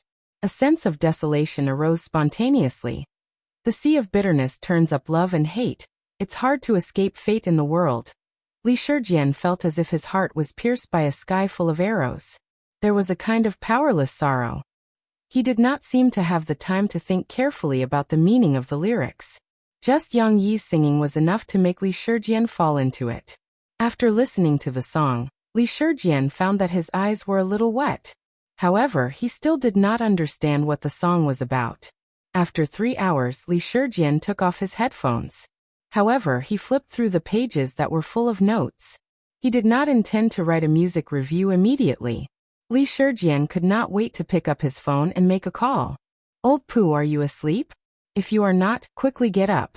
I recommend you to listen to a song. No, 2 songs. 2 singing styles of the same song. It's not a Mandarin song. It's your Cantonese song. Even I, a person who does not speak Cantonese, think it's good. Quickly come and give it a try. Yang Yi wrote it. Yes. The Yang Yi who wrote Better Not See and Bicycle. Both versions are very good. I didn't expect that Mo Fei can sing Cantonese songs, and she can sing them so well. But I prefer Yang Yi's version. It's not that Murphy's is not good. Her accompaniment is richer, and her singing is tactful enough. But Yang Yi's version is very special. It's the first time I've seen a guitar solo in a singing style. You'll know when you listen to it. It's absolutely good. In addition to looking for Old Pooh, Li Shijian also recommended it to several familiar music critics in Harbor City. He was so excited that he picked up the pen and wrote his own music review in the middle of the night. However, his editor-in-chief was obviously going to be disappointed. The Cantonese songs were not well received. In fact, Yang Yi and Murphy were psychologically prepared. So although many media were laughing at them, Yang Yi and Murphy did not care. Their lives were not affected. It was another weekend. During breakfast, Shishi held a small spoon and asked with interest, "Papa, where are we going to play today?" Yang Yi asked with a smile. "Where do you want to go?" Just when the little girl was thinking, Murphy suddenly gave a suggestion. "Shishi, do you like dancing? Why don't you go to the studio with me today to practice dancing? I can teach you how to dance." Tong Tong was born at the end of November last year. Now Murphy had been giving birth naturally for nearly 4 months.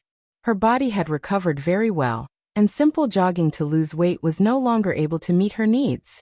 So a few days ago, after the doctor confirmed that she could dance, Mo Fei couldn't wait to take out the dancing shoes and clothes that she had bought a month ago. "Okay." The little girl's eyes lit up and she nodded happily. She giggled and said, "Mama, I really like dancing. Then I can dance 2 dances and 3 dances. Teacher Shin taught us how to dance. Chi-Chi and I are the best at dancing."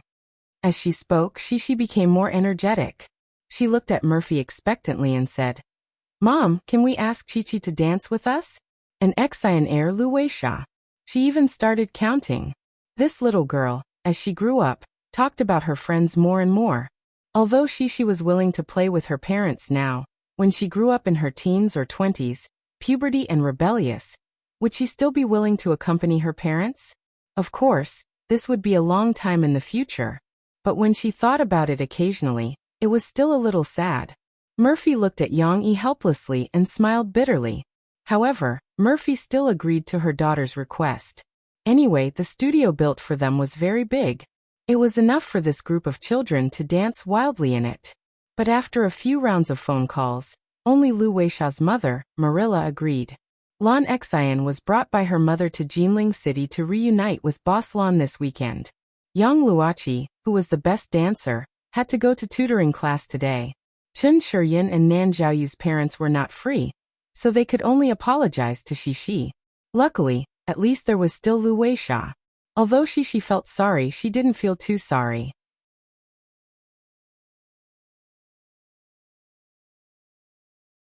Chapter 7:14. When Phoebe's studio was first set up, Yang Yi had provided sufficient funds to allow Mo Shaoan to do whatever she wanted. Therefore, this average-size 4-story building was fully equipped with all the necessary equipment. If Yang Yi had been the one to design this dance studio, he definitely would not have thought of this. However, Mo Shaoan knew that Murphy liked to dance, so she had already prepared everything. Clap, clap, clap.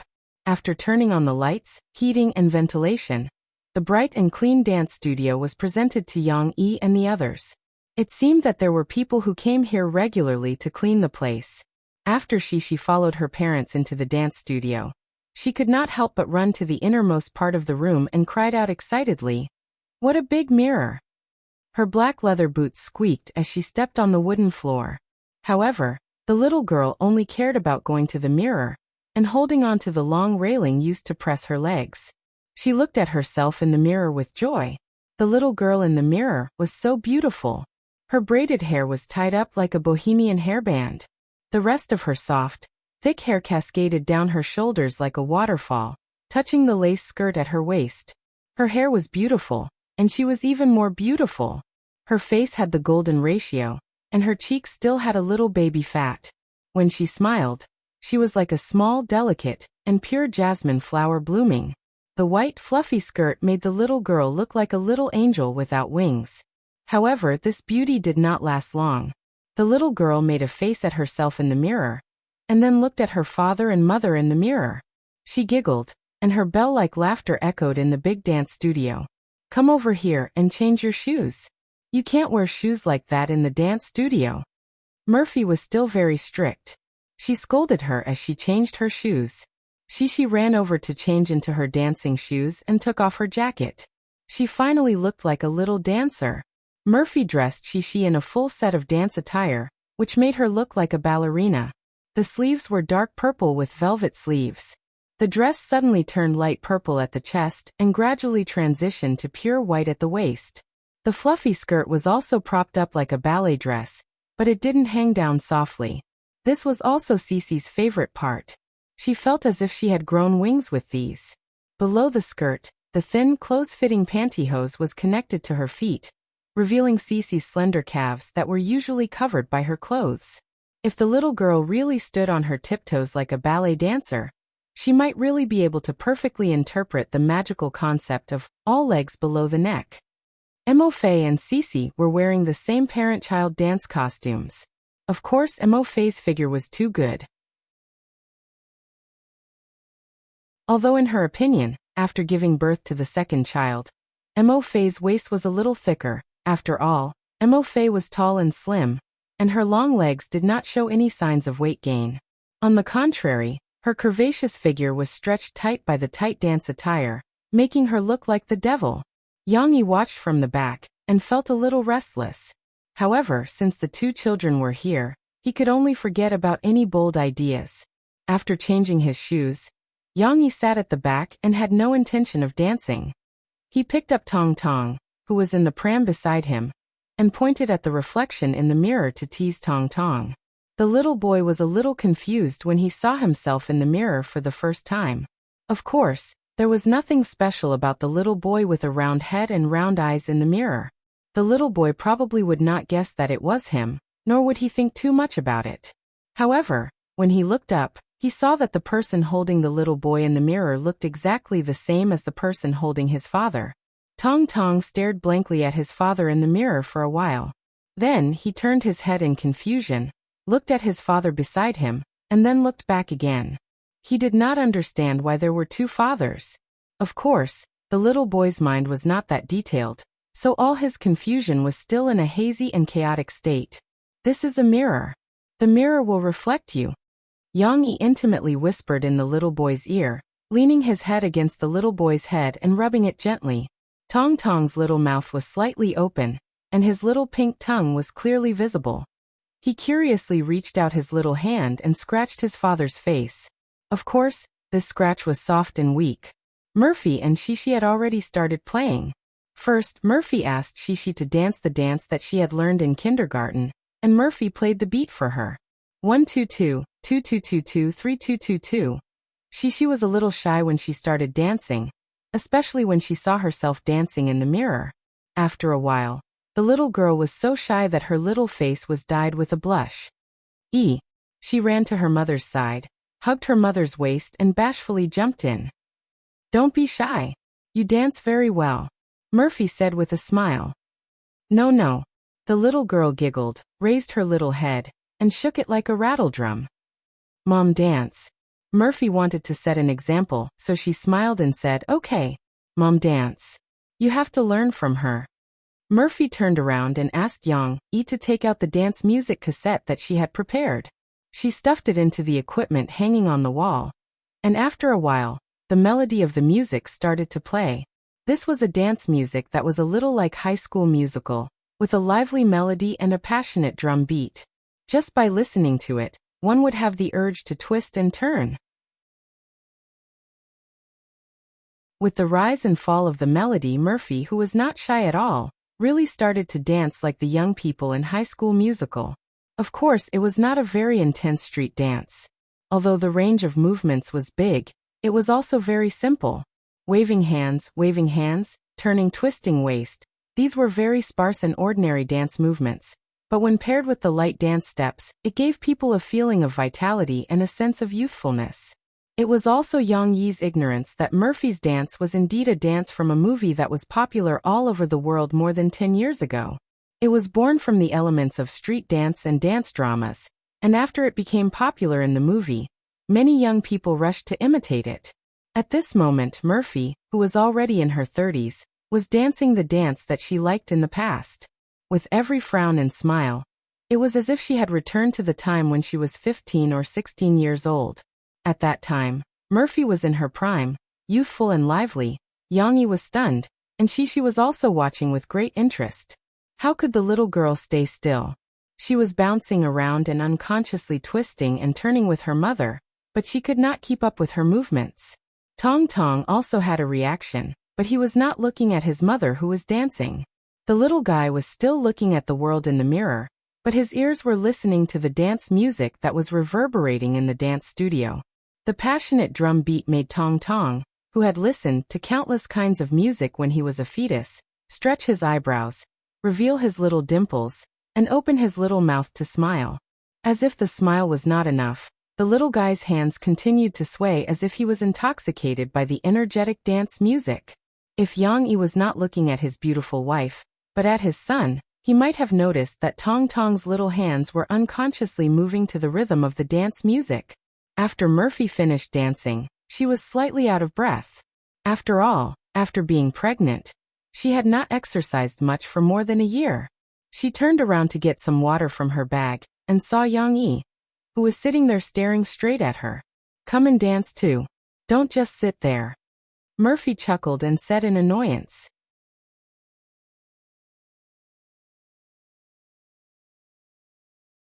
Chapter 7:15. You can play with Shishi, right? Yang Yi held Tong Tong and said with a wry smile, "I have to take care of Hua Hua." He was not very interested in dancing. Moreover, he had not danced for a long time. If he danced badly, wouldn't it be shameful? How could he affect Cece's omnipotent, glorious, and magnificent image of him? Just leave him in the crib. Anyway, there's no one else here. Moreover, we can hear everything clearly. Murphy giggled as she pulled Yang Yi's arm and said, "Come and play with us. Moreover, I don't believe that you didn't learn how to dance when you learned so many musical instruments when you were in the army." "Hee hee, Papa, let's dance together. Let's dance together." The little girl also ran over to join in the fun. She danced beside her father and shouted with a smile. Yang Yi did not want to dampen the spirits of Murphy and Shishi. He carried Tong Tong, who was a little confused by the fun, into the crib, stood up, spread out his hands and helplessly said, "Okay, but I have to tell you that I didn't learn many kinds of dance before. It was mainly social dance. Indeed, they didn't learn to pick up girls. It was just to make it easier for them to go in and out of some big occasions and hide their identity. Dance for us." Murphy laughed as she took out Yang Yi's SLR camera from her bag. "Why do you want to use this?" Yang Yi felt that something was wrong. "Take a picture. In the future, when Hua Hua grows up, you can tell him that when you were young, Daddy and Mommy went to dance." Murphy said excitedly. "Forget about it. I still need a dance partner. Social dance can't be done alone." "How weird would that be?" Yang Yi said, not knowing whether to laugh or cry. Murphy could only regretfully put down the SLR camera. However, she was interested. She ran over and picked it up. The little girl looked delicate, but her strength was not small. She picked up the heavy SLR camera. "Hee hee, Papa, let me do it, okay?" The little girl had already learned how to use this DSLR from her father. She said sweetly, but her head was lowered. She looked at the DSLR and operated it with some difficulty, mainly because Shishi's hands were too small. Murphy guessed Yang Yi's thoughts and joked, "Do you regret teaching Shishi how to take photos?" Since that was the case, Yang Yi pulled himself together and danced with 120% concentration. He couldn't let his daughter look down on him. Although there was no accompaniment, Murphy was able to sing the beat in a low voice. Da-da-da-da-da. Although it was the first time the two danced together, they cooperated very well. Yang Yi stepped forward with his left foot, and Murphy stepped back with her right foot. The next Yang Yi stepped forward with his right foot, and Murphy stepped back with her left foot. They walked straight up as if they were following each other like a shadow. The two were tied together with a rope. In fact, Yang Yi and Murphy were also a little surprised. Murphy was even worried that Yang Yi didn't know how to dance, so she wanted to slow down a little to cooperate with him. However, she didn't expect the two to cooperate so perfectly. This feeling of tacit understanding was wonderful. Murphy raised her head and couldn't help but look at Yang Yi's face. Yang Yi also lowered his head and looked at Murphy affectionately. At this moment, because of the tacit understanding, the love in the two's eyes became more mellow and rich like wine. Of course, with a little movement of the shoulders and elbows, it might be even more perfect. Murphy felt that Yang Yi had completed the rapid transition from being unfamiliar to proficient. She stared into Yang Yi's eyes, and the movement of her shoulders increased a little. Her hips also gently twisted, as if she had integrated the soul of Lampard's dance into the slow dance. Murphy, who had a hot body to begin with, was now twisting rhythmically, which made the surrounding temperature rise by a lot. Yang Yi understood Murphy's meaning. He gently held Murphy's hand, and the movement of his upper body also increased. He catered to Murphy's rhythm, vividly displaying his elegance. The two's tacit understanding of the dance brought out the taste of happiness. The most interesting part was the next turn. Yang Yi took steady steps, and at the same time as Murphy, he turned his hands and body together. Then, with a tacit understanding, they looked at Shishi, who was holding the SLR camera and watching with great interest, forgetting to take photos. Although Shishi didn't know how to appreciate dancing, she still felt that the tacit understanding between her parents was very interesting. However, when her parents finished, they suddenly turned their heads to her, which surprised the little girl. Looking at her surprised and confused big eyes, Yang Yi and Murphy laughed and let go of each other's hands. Yang Yi even walked over and took the SLR camera from his daughter's hands with a smile. "Papa, why did you and Mom suddenly look at me?" The little girl came back to her senses, and only then did she realize that her parents were just teasing her, so she shouted unwillingly, "We didn't suddenly look at you. That was when we finished." Murphy fooled her. "What do you think of our dance?" Yang Yi patted Shishi's soft long hair on the back of her shoulder and asked, "It's super good. It's even better than Mr. Shun's." Shishi took her father's hand and said with a smile, "Do you want to learn?" Yang Yi said with a smile. Shishi's eyes lit up, and her head nodded like a chicken pecking at rice. "Shishi, you also need to drink some water." Murphy was tired, so she rested for a while and fed Tong Tong, who was hungry. When she heard that Shishi wanted to learn ballroom dancing from Yang Yi, she said, "If you want to learn, I'll teach you some new dances later. Don't dance the dance that we just did. If you're interested, you can learn that kind of dance when you grow up, but for now, you should learn some young people's dances from me." Murphy also knew these traditional dances, but that was only because she learned them from Zhou Mingyu when she was a child. Murphy herself didn't like them very much. Traditional dances were not like popular dances. They were more used in formal occasions, and those formal occasions were exactly what Murphy didn't like. Murphy liked the personality and vitality of popular dances, as well as the endless creativity. "Mom, what are young people's dances?" Shishi asked curiously. "Young people's dances are street dances, jazz dances, and so on." Murphy hugged Tong Tong and smiled. "Mom will show you later. You'll definitely like it." Seeing Murphy talking to Shishi, Yang Yi was somewhat unconvinced. How could he let Shishi think that Daddy's dances were old dances? Daddy can dance very well too. Ahem, Shishi, in fact, Daddy can also dance street dances. Yang Yi felt that he had to show off his skills. Murphy looked at Yang Yi in surprise. She was a little unsure whether Yang Yi was pretending to be fat or pretending to be weak. Of course, Murphy felt that the latter was more likely. How could she not know Yang Yi? His favorite thing to do was to pretend that he didn't know anything, but in fact he knew everything. Papa, what is street dance? She was like a little fangirl. After throwing down the kettle, she giggled, moved to her father's side, and asked enthusiastically, "How should I describe street dance? It's just a random street dance. There are many kinds of street dances." Yang Yi didn't know how to explain. If he really pretended to be weak, Murphy would accept it.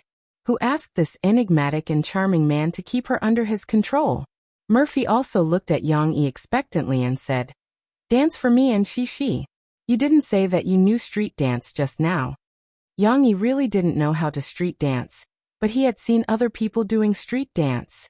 He didn't know how to do complicated dance, and it was too late to learn it now. However, Yang Yi thought that because of his physical advantage, there was a kind of street dance that he could do.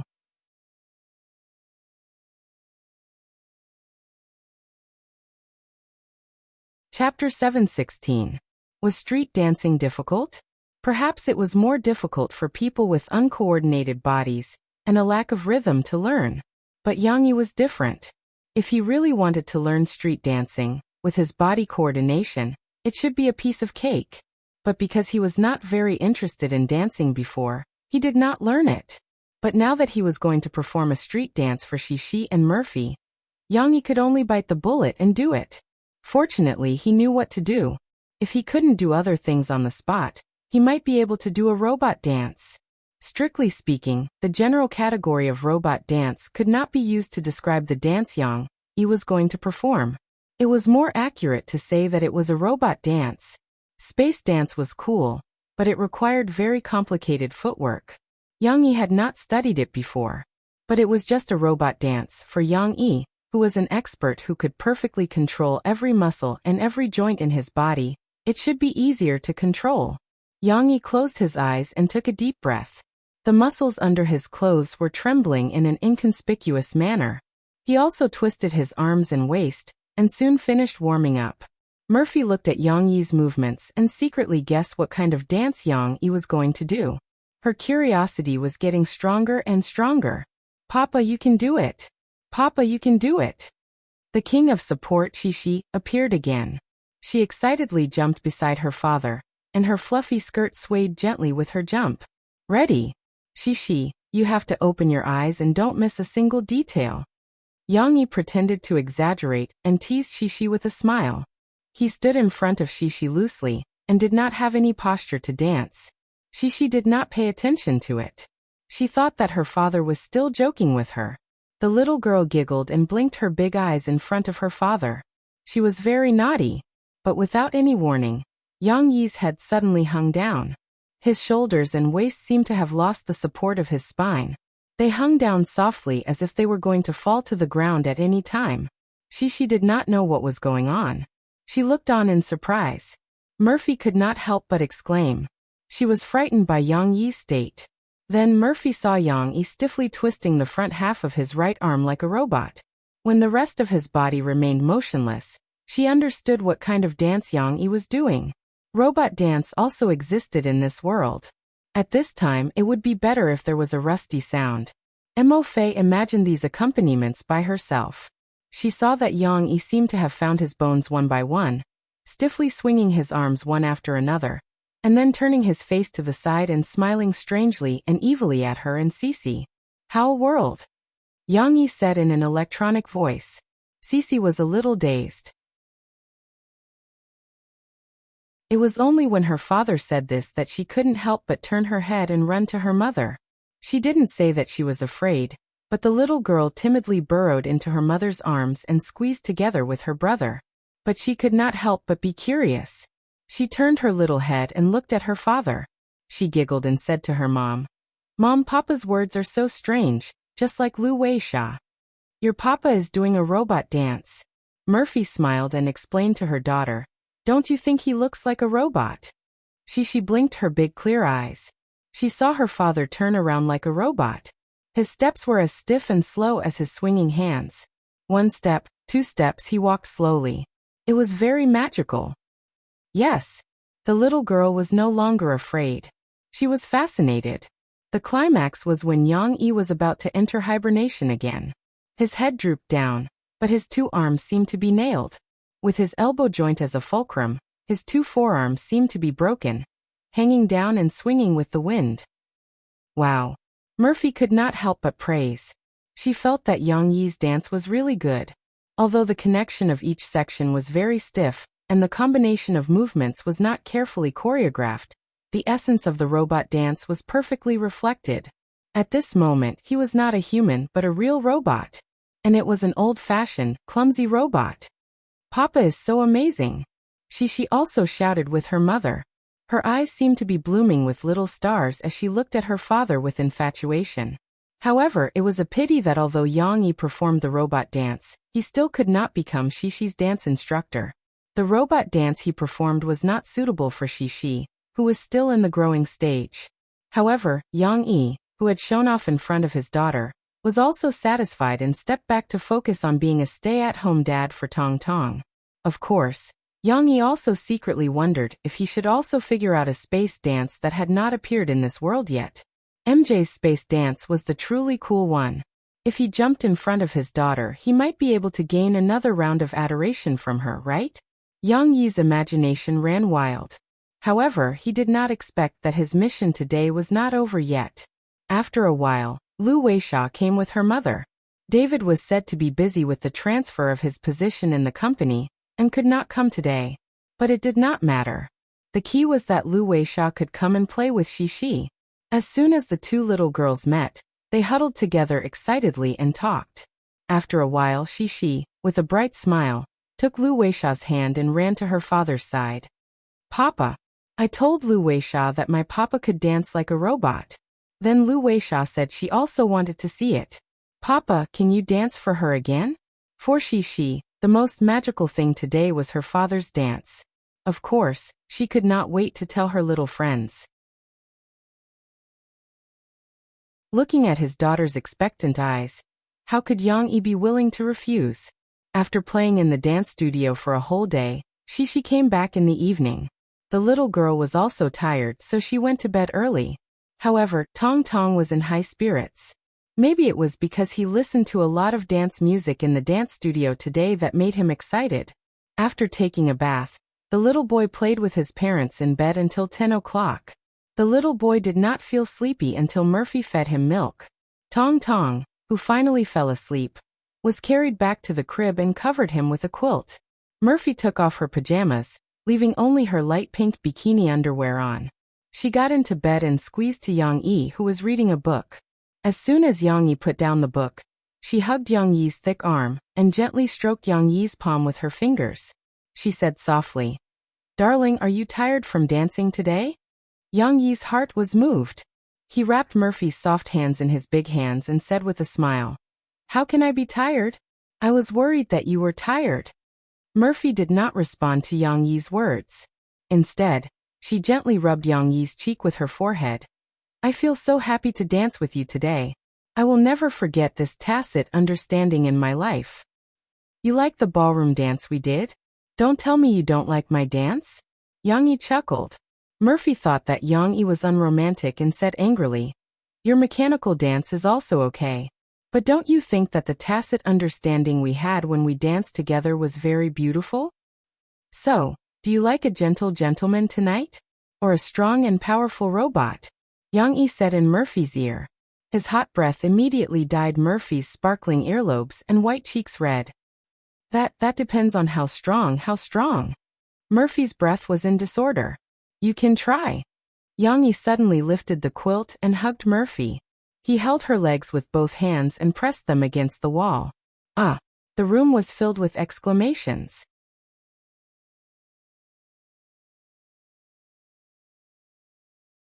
Chapter 717. There was progress in the adaptation of the fairy tale. And this time, it was not some shell company that wanted to cheat him of the copyright. According to Lu Benji's introduction over the phone, this animation company called Mantis Shrimp was very sincere. Not only was the price generous, but they were also willing to compromise on the peripheral copyright. For this reason, Yang Yi decided to spare a day to meet the boss, producer, and other team members of Mantis Shrimp's team at the publishing house. Speaking of which, Mantis Shrimp was a domestic animation company. When Yang Yi first heard about it, he subconsciously wanted to reject the deal. However, after some investigation, he found that the Chinese animation industry in this world was not weak. Perhaps it was because of the complete copyright protection. The domestic animation industry was developing very well. There were endless talents and studios to draw comics. For example, when Yang Yi asked Lu Benji to recruit artists to set up a picture book department, it took less than a week for more than 40 artists to be hired. The core of the animation industry was not the artists, but the technology. Yang Yi used to watch children's animation with Shishi. After watching real animated movies and serialized anime series, he realized that the Chinese animation industry was not worse than Japan in Yang Yi's previous life. Of course, the animation industry was similar to the movie industry. There were big animation companies and small animation companies. There were excellent animation works, and there were also a lot of bad movies that filled the market. According to the investigation, the scale of Mantis Shrimp could only be considered average. However, their works were not bad. They maintained 1 or 2 new works every year, and their box office and reputation were always high. They were strong contenders for the annual Best Animated Feature Film Award. That was why Lu Benji tried his best to change Yang Yi's prejudice against domestic animation. That was why Yang Yi was willing to come to the publishing company. Ewing only had 1 day off a week. Because she was in the F&B industry, she could not take a break on weekends. She usually chose to take a break on Mondays. However, Ewing was on holiday today. She did not rest at home. After sending Yu Xiaowei to school, she took the bus to Tingshan District with her bag. "Hello, how can I help you?" Ewing had just walked into the office building of Sahara Publishing when a receptionist noticed her. She looked at Ewing and asked with a smile, "Hello, I'm here to submit my book today. Didn't your publishing house set up a children's book author support fund?" Ewing said with the same smile. In fact, receptionists were also considered to be in the service industry. Ewing and the other party were considered to be in the same line of work. Although Ewing was calm now, she was actually a little nervous. She took out a stack of papers from her bag. Her hand was a little tight on the papers, but the receptionist couldn't see these details. Yes, Ewing had come to submit her article. After her discussion with her colleagues, she had a preliminary understanding of Yang Yi and Sahara Publishing House. She could roughly judge that the advertisement in the book was not the kind of brainless scam similar to text message scams. Although she still wasn't sure, Ewing was eager to get the support money. That way, she would have the money to buy a better house for her mother and daughter, and improve their lives. In fact, she even longed to be like Yang Yi, who was described in a certain article, turning from a poor mother to a famous author. If she could become a full-time author one day, Ewing would have more time to accompany her daughter as she grew up. Therefore, for the past 2 weeks, after Ewing came back from work, she thought about her story and wrote the outline and the first 3 chapters according to the requirements of the advertisement. It was very tiring to go to work. When she came back, she still had to lie in front of her desk and write under the dim light. Ewing had been sleeping in bed for the past 2 weeks. The combination of physical and mental fatigue made her a little overwhelmed. Ewing was only so nervous because she had high hopes for him. "You want to submit your book to the Children's Book Author Support Fund?" the receptionist asked in surprise. "Of course, that's not a problem. However, you can send it through Express Mail, Sahara Express, or even email it directly to our mailbox. There's no need for you to come to Jiangqing in person." Ewing quickly told the receptionist that she was also from Jiangqing. She held her handwritten manuscript and said embarrassedly, "And I think it's more sincere to come here in person.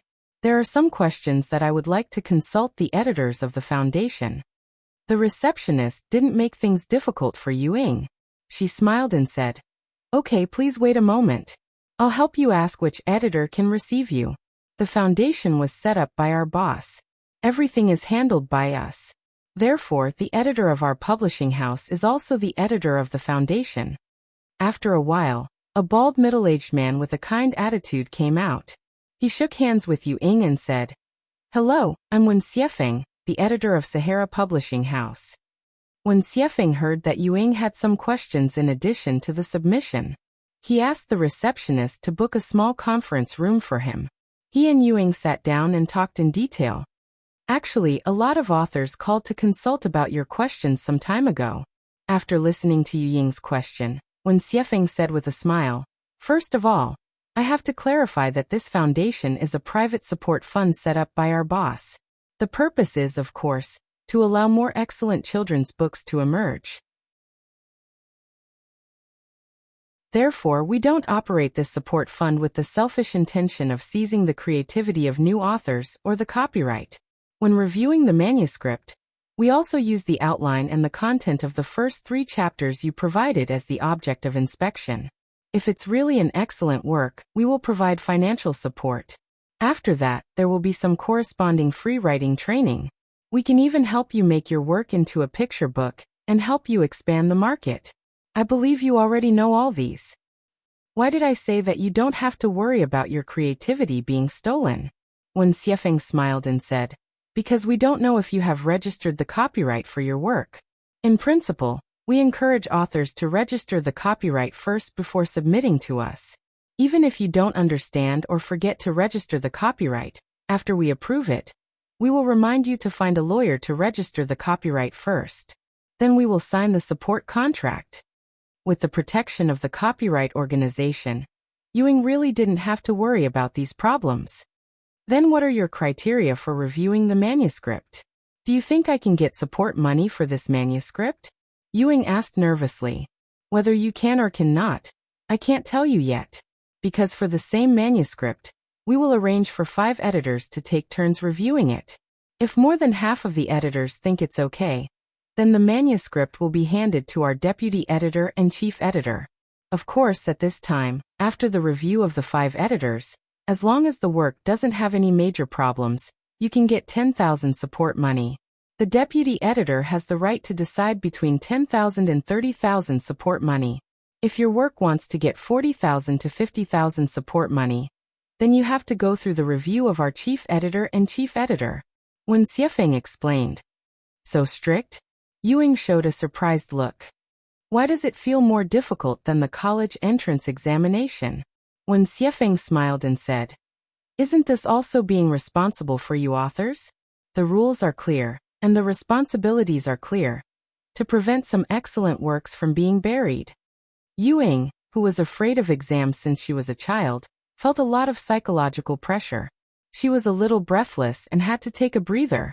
So, Ewing excused herself to go to the bathroom, and came out to the corridor to breathe in the fresh air. Just when she reached the corner of the corridor, Ewing heard the conversation between the 2 men. "I'm basically satisfied with Mantis Shrimp's conditions, but you can ask them if it's possible for us to participate in the investment. Or if their boss agrees, I can invest in Mantis Shrimp."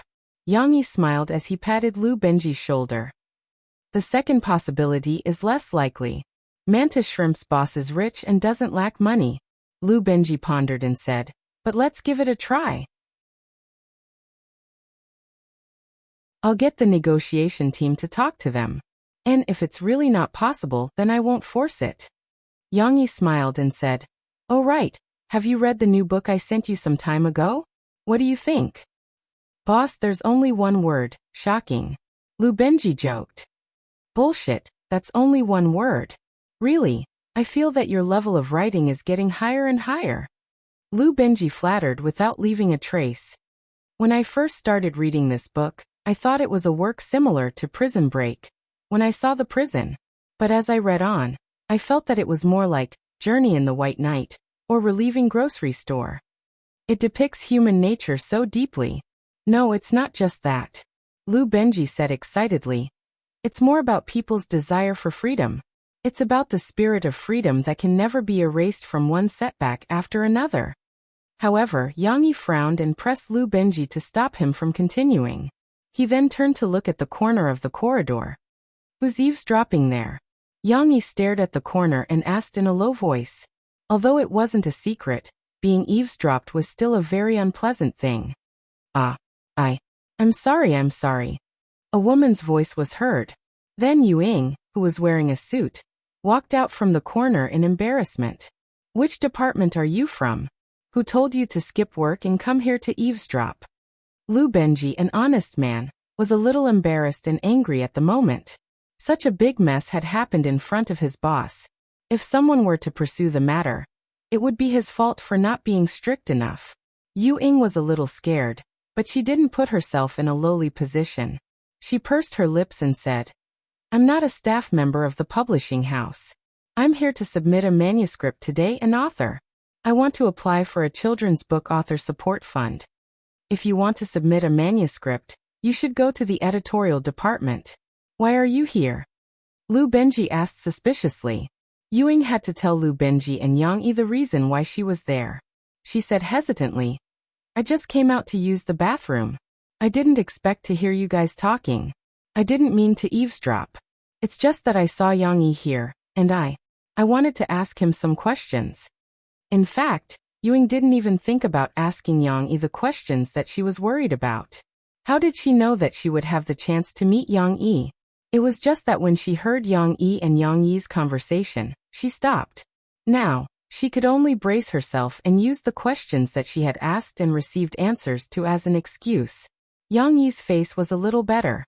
When he heard that the other party was an author who came to submit a manuscript, and it seemed that she was a young married mother, he became a lot more amiable. "What do you want to ask me?"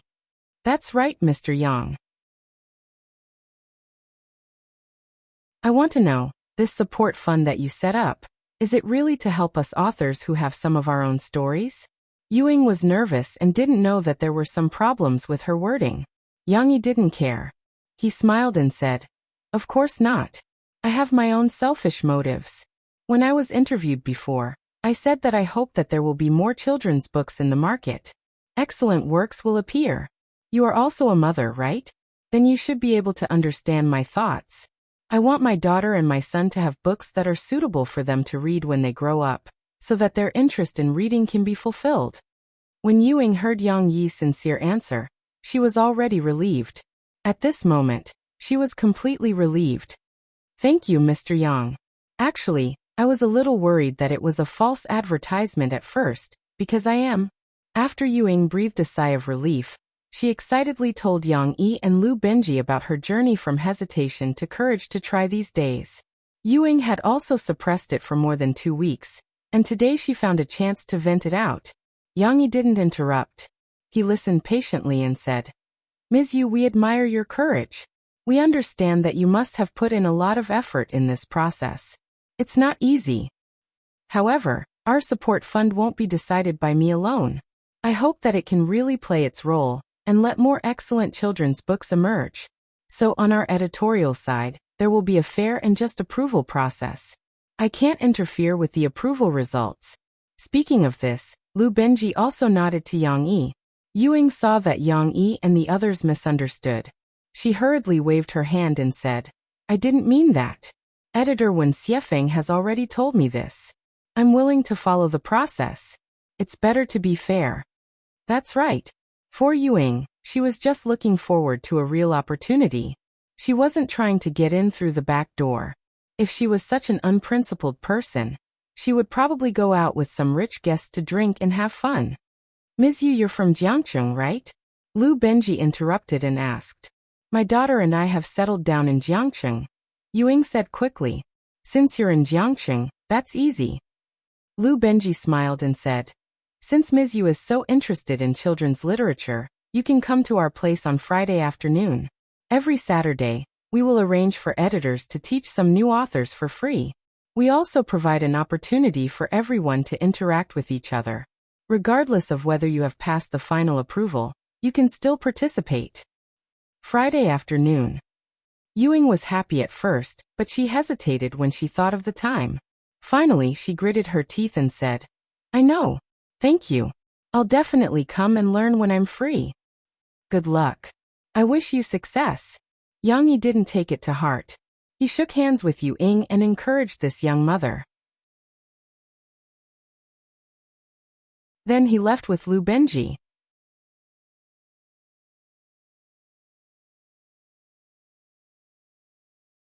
Chapter 718. In the blink of an eye, The Fugitive had been screening for more than 10 days. Due to its good reputation, its daily box office continued to increase. Although the increase was not huge, it had already reached more than 20 million, placing it in third place. Originally, the cinema had only given The Fugitive 8% of the showtimes. Now they had quietly increased it to 15%. After all, although they were constrained by favors, who would say no to money in the face of benefits? The current results of The Fugitive were already considered good. There were already media outlets predicting that The Fugitive's box office would exceed 100 million before it was finished. However, they had still underestimated The Fugitive's potential. Many movie fans had not even seen The Fugitive yet. Like Jin Yuan, he was considered a veteran movie fan. In his opinion, good movies rarely screened during the off-season. The real seasons for box office sales were the New Year's and summer holidays. Of course, there were also a few small climaxes during the long holidays. During this time, the cinemas were crowded with big movies, and the audience was also crowded together. In the off-season, the audience was busy with work, and there were fewer good movies. Jin Yuan usually only watched the most popular movies, such as the box office #1 Destined Adventure or The Fugitive. He didn't even bother to look at the movie posters. However, Jin Yuan did not go home after work. Instead, he appeared in the cinema and bought a movie ticket for The Fugitive. It all started with the Ultimate Challenge the night before. Jin Yuan had originally watched the Ultimate Challenge because of Dan Hongkue, but after the other 5 people became fans of the show in the first episode, Jin Yuan became obsessed with the show. Almost every episode he had to stay in front of the TV, waiting to see how the 2 old foxes, Yuan Yen and Dan Hongkue, would toy with the other 4 members. The 3rd episode aired the night before. Jin Yuan even bought some sunflower seeds and tuned to Shanghai TV station on time. There's a guest this episode? Hey, isn't that Su Sanduo? When Jin Yuan saw Yang Yi and Geng Sha appear, he recognized Geng Sha at first glance. Then after the introduction, he found out that Yang Yi was the designer of the Ultimate Challenge. Jin Yuan wasn't that interested in music. He had heard of Yang Yi before, but he didn't know him. So at the beginning he didn't have much interest in the movie The Fugitive, which was played by Yang Yi, Geng Sha, and Guizi. The grouping of the SWAT team and the Fugitive team surprised Jin Yuan. Why were Dan Hongkue and Yuan Yen in the same group? If that was the case, how were the others supposed to play? The editing of the show was, of course, not carried out according to the progress of the overall story. Yen Tao and Ren Xia had evilly hidden the part where Dan Hongkue was chosen as the mole. Even some of the things he secretly did for the Fugitive team were edited out and left for the end. This made the audience unable to determine Dan Hongkue's identity. They only knew that there was a mole in the Fugitive team, and that was Zhu Jia. Jin Yuan looked at the TV. Yang Yi didn't notice it at first, but when he found out that Zhu Jia was a big idiot, he decided to beat him at his own game, and used Zhu Jia to mislead the SWAT team. This scene made him dumbfounded. You can play like this? Of course. The episode where Yang Yi was punished at the headquarters in order to save Guizi made Jin Yuan laugh out loud. While admiring Yang Yi's memory and drawing skills, he was also impressed by the show's bad taste. Yen Tao and the others even boldly edited Murphy, who was watching the show, into the show, telling the audience that Yang Yi's wife was just beside him. Poor Yang Yi. I'm afraid he'll have to kneel on the washboard when he goes back tonight. Jin Yuan and many others thought so. Then, Yang Yi calmly commanded and set up a trap. Compared to Yuan Yan's sharp eyes, it formed a sharp contrast. Jin Yuan couldn't help but exclaim, "There's still someone in this world who can compete with Yuan Yan?" Yes, seeing this, Jin Yuan felt that this episode was destined to be a showdown between Yang Yi and Yuan Yan. Zhuge Liang and Sima Yi's IQ PK. However, when Jin Yuan saw Yang Yi fail miserably in front of his sister, he was amused and angry. Of course, he also admired the show's authenticity. Yang Yi's elimination had made the show less exciting, and the final showdown between the 2 old foxes had become nothing more than a bubble. However, Jin Yuan wanted to watch a reality show that was real, not a script written for him by those writers. After Yang Yi was eliminated, Jin Yuan felt that the Fugitive team was going to lose. However, he didn't expect Yuan Yan to fall into the trap set by Yang Yi before he was eliminated. Seeing Yuan Yan and Yang Yi's verbal exchange in prison, Jin Yuan felt that Yang Yi hadn't been eliminated yet, and that he was still in control. However, there was a twist in the plot. Yuan Yin had a trick up his sleeve. They could go to the final mission location to snipe the remaining 2 members of the fugitive team. It looked like the fugitive team was going to lose. Jin Yuan felt that it was a pity. However, he saw that the crew wasn't in a hurry to show the final showdown. Instead, they showed Yang Yi in prison, leisurely holding the 2 children and talking to Yang Huan. Could there be a twist? Jin Yuan didn't know what to think until the end, when Dan Hongkue picked up the gun that Guizi dropped and eliminated Yuan Yan and Geng Sha as a mole. It turned out that Dan Hongkue was the hidden big boss. No wonder he purposely allowed himself to be captured by Yang Yi. No wonder he wasn't as proactive as Guizi when he was dealing with Guizi. No wonder he purposely didn't chase after him and let Jie Yuchen go. A lot of things that didn't make sense before now made sense. Of course, after watching this episode, Jin Yuan was completely a fan of Yang Yi. A fugitive with a high IQ was no worse than Yuan Yan. Jin Yuan felt that he should support the movie that Yang Yi and the others were promoting. So Jin Yuan went to the cinema. Like many other viewers, he wanted to see what the movie was all about. After the movie started, Jin Yuan was surprised to see Yang Yi appear on screen. This was because the Yang Yi in the movie was a little old, and seemed to have experienced the vicissitudes of life.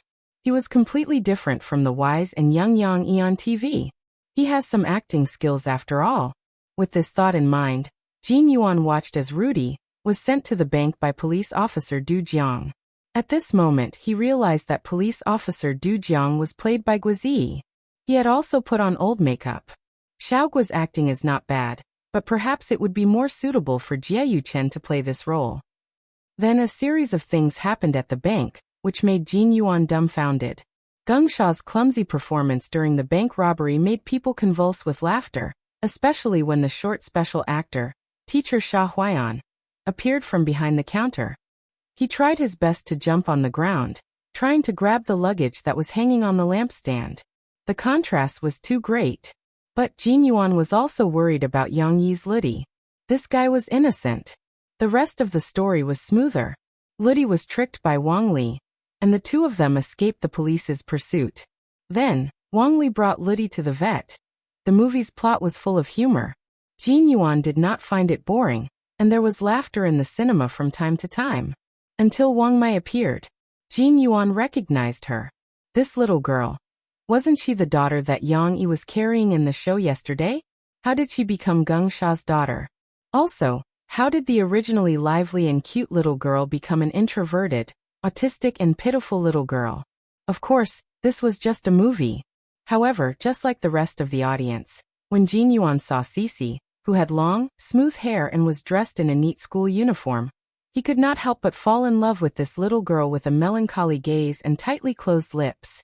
The most classic scene in the movie was when Lidi, who was played by Yang Yi, collapsed in the abandoned factory. Shi, who was played by Wang Mai, watched from behind for a while, then walked over timidly. Wang Mai looked at Lidi, who was lying on the ground with a pale face. Then, she curled up in front of Lidi and lay down. Oh, Jin Yuan could not help but exclaim, just like the rest of the audience.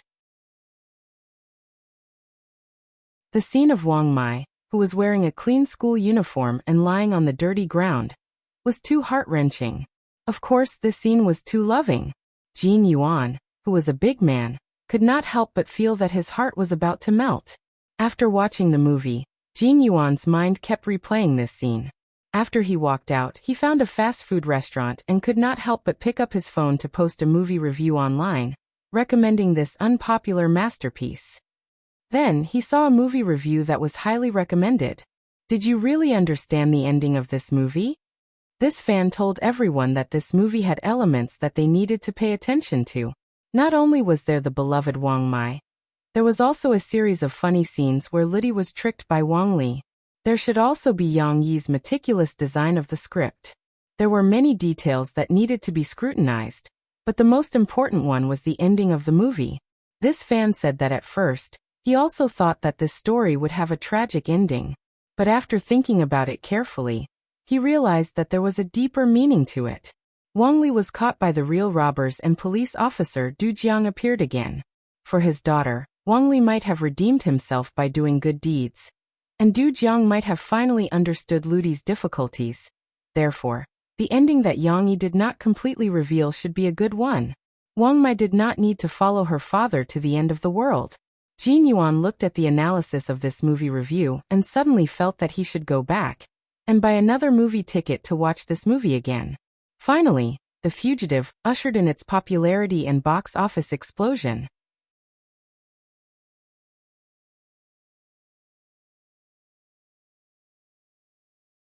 Chapter 719. After the latest episode was aired, The Fugitive's box office exploded. Within 2 days, its daily box office doubled, and was second only to the big production Destiny. Destiny had been in theaters for almost a month, so its box office potential was exhausted. When the weekend came, The Fugitive overtook Destiny and took first place with more than 50 million yuan in the box office. This time, the proud filmmakers finally took this movie seriously for the first time. The media reported on The Fugitive's counterattack, and with the good reputation it had accumulated, more people who heard about the movie for the first time were finally willing to go to the cinema to watch it. Even during the off-season, even during the working week, The Fugitive was able to maintain a high box office and firmly ranked first. However, The Fugitive's quiet popularity also made the two actors, Geng Sha and Guizi, walk into the eyes of many directors. Yang Yi did not know about Geng Sha, but on Guizi's side, it was said that Ding Xiang had to help him deal with many audition invitations every day. Of course, Guizi was still filming Fat Agent, a movie that he starred in, so he could not adjust his schedule for the time being. Ding Xiang and Guizi were both smart people, so they did not let the popularity get to their heads. They carefully selected the scripts and rejected the ones that were not suitable. Ding Xiang would help Guizi negotiate with the producers to postpone the audition for the suitable scripts. As one of the main actors, Yang Yi was also targeted by many directors. However, he did not plan to continue filming, so they were all rejected by Mo Shaowan. However, compared to Shishi, Yang Yi, Geng Sha, and Guizi were not considered popular. The long-haired, well-behaved, and melancholy little girl in the movie was liked by everyone. Whether the audience liked the movie or not, they could not resist Shishi's charm. This could be seen from the increasing number of fans calling Yang Yi father-in-law on micro-broadcasting. At first, Yang Yi did not care. He was a little puzzled. If you like a little girl character, shouldn't you treat her as your daughter or sister? Why do you all treat her as your wife? For this reason, Yang Yi even jokingly replied, "Little brats who call me father-in-law. This old man's butcher knife has already been sharpened." Unexpectedly, there were even more people calling him father-in-law now. This hot trend made him appear on micro-broadcasting's hot search. Of course, no matter how much Yang Yi cared, he couldn't do anything to these people. After all, their mouths were on other people's bodies. Shishi also received many invitations for movies and TV shows.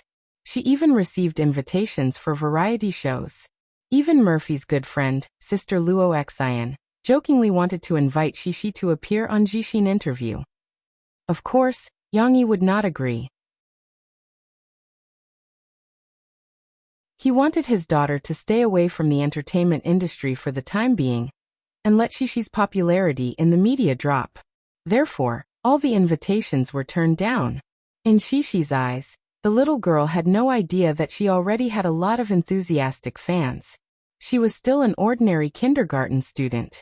Every day, she happily went to kindergarten to play with her friends. Then every day, she would come back happily to play with her parents and brother. Today, it was another Friday. In the afternoon, Yang Yi picked up Shishi from kindergarten. The little girl was holding an envelope from her teacher. "Mom, this is for you."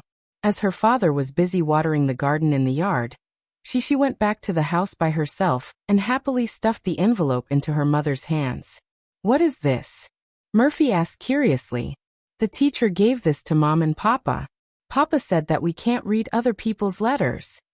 Although Shishi said so, she still clung to the armrest of the sofa and hung half of her body on it. She mischievously jumped up and down and looked at the envelope in her mother's hands with her big eyes. Obviously, she was also eager to know the contents of the envelope. Murphy thought that she was being naughty in kindergarten, and that it was a complaint letter from the teacher. However, after opening it, Murphy could not help but read it aloud. Dear Dad and Mom, in our daily life, do you also have a lot of old and discarded items that you don't know how to deal with, such as beautiful packaging boxes, last year's old calendars, small toys that children are tired of playing with, and so on? In fact, many old and discarded items can be made into beautiful handicrafts as long as they are slightly processed. This is not only environmentally friendly and economical, but also can let children develop good habits of being thrifty and simple, and caring for the environment from a young age. So, please collect the old and discarded items at home with your children. Next Monday afternoon, we will hold a parent-child activity with the theme of turning waste into treasure, low carbon and environmental protection. Let's make handicrafts with old and discarded items as materials. So that's it. She listened to her mother and understood. The little girl smiled and said, I know, Mom, Teacher Kai is very awesome. She drew a very strange picture. It's not a picture, it's a shoe, and the shoe is like a person. It has eyes and a big mouth. She was a little short of vocabulary to describe a handicraft painting out of thin air, but the little girl still tried her best to describe it. She gesticulated with her hands and feet, and was very serious. This is hair made from shoelaces, and it even flew up, hee. Although she did not know what she was talking about, Murphy could not help but laugh when she saw how funny it was and how happy she herself was. Teacher Kai said that it was a shoe that was not worn, so she made use of the waste. Finally, the little girl echoed the theme and finished. It was rare that she learned the phrase, making use of waste, from her teacher. Then what kind of handicrafts are we going to make? How much waste do we need? What kind of waste do we need? Murphy asked. At this moment, she was at her wit's end. She blinked her big eyes innocently and said, I don't know either. Why did she ask She was a child. If she knew how to complain, she would definitely say so. Your papa throws away all the waste items in the house, so we don't know where to find the waste items in the house, Murphy said helplessly. Indeed, with Yang Yi a quasi-obsessive compulsive patient, their villa was the cleanest. Then what should we do? She supported herself on the armrest of the sofa. Like her mother, she rested her chin on her hand and began to worry. However, the definition of waste items was very vague. Yang Yi came back from watering the flower bed outside. After hearing Murphy talk about the task given by the kindergarten, he said with a smile, There are. Who said that there aren't? There are 2 pairs of shoes that I can't wear anymore. I didn't throw them away. This is a waste item, right? Today, we received a few express delivery boxes from Sahara Express. This is also a waste item. There is also a milk powder can. We can also clean this can after we pour out the milk powder. Wow, Dad is so awesome. She looked at her father with admiration. She felt that her father could solve any problem. Her father was really omnipotent. Yang Yi glanced at his daughter's big eyes and continued proudly. There is also the yogurt box that you finished. Although I threw away the previous ones, there is still tomorrow's and the day after tomorrow's, right? It was just a waste item. If he really couldn't find it, Yang Yi could go to the coffee shop or Yang Huan's house and find a lot of waste items.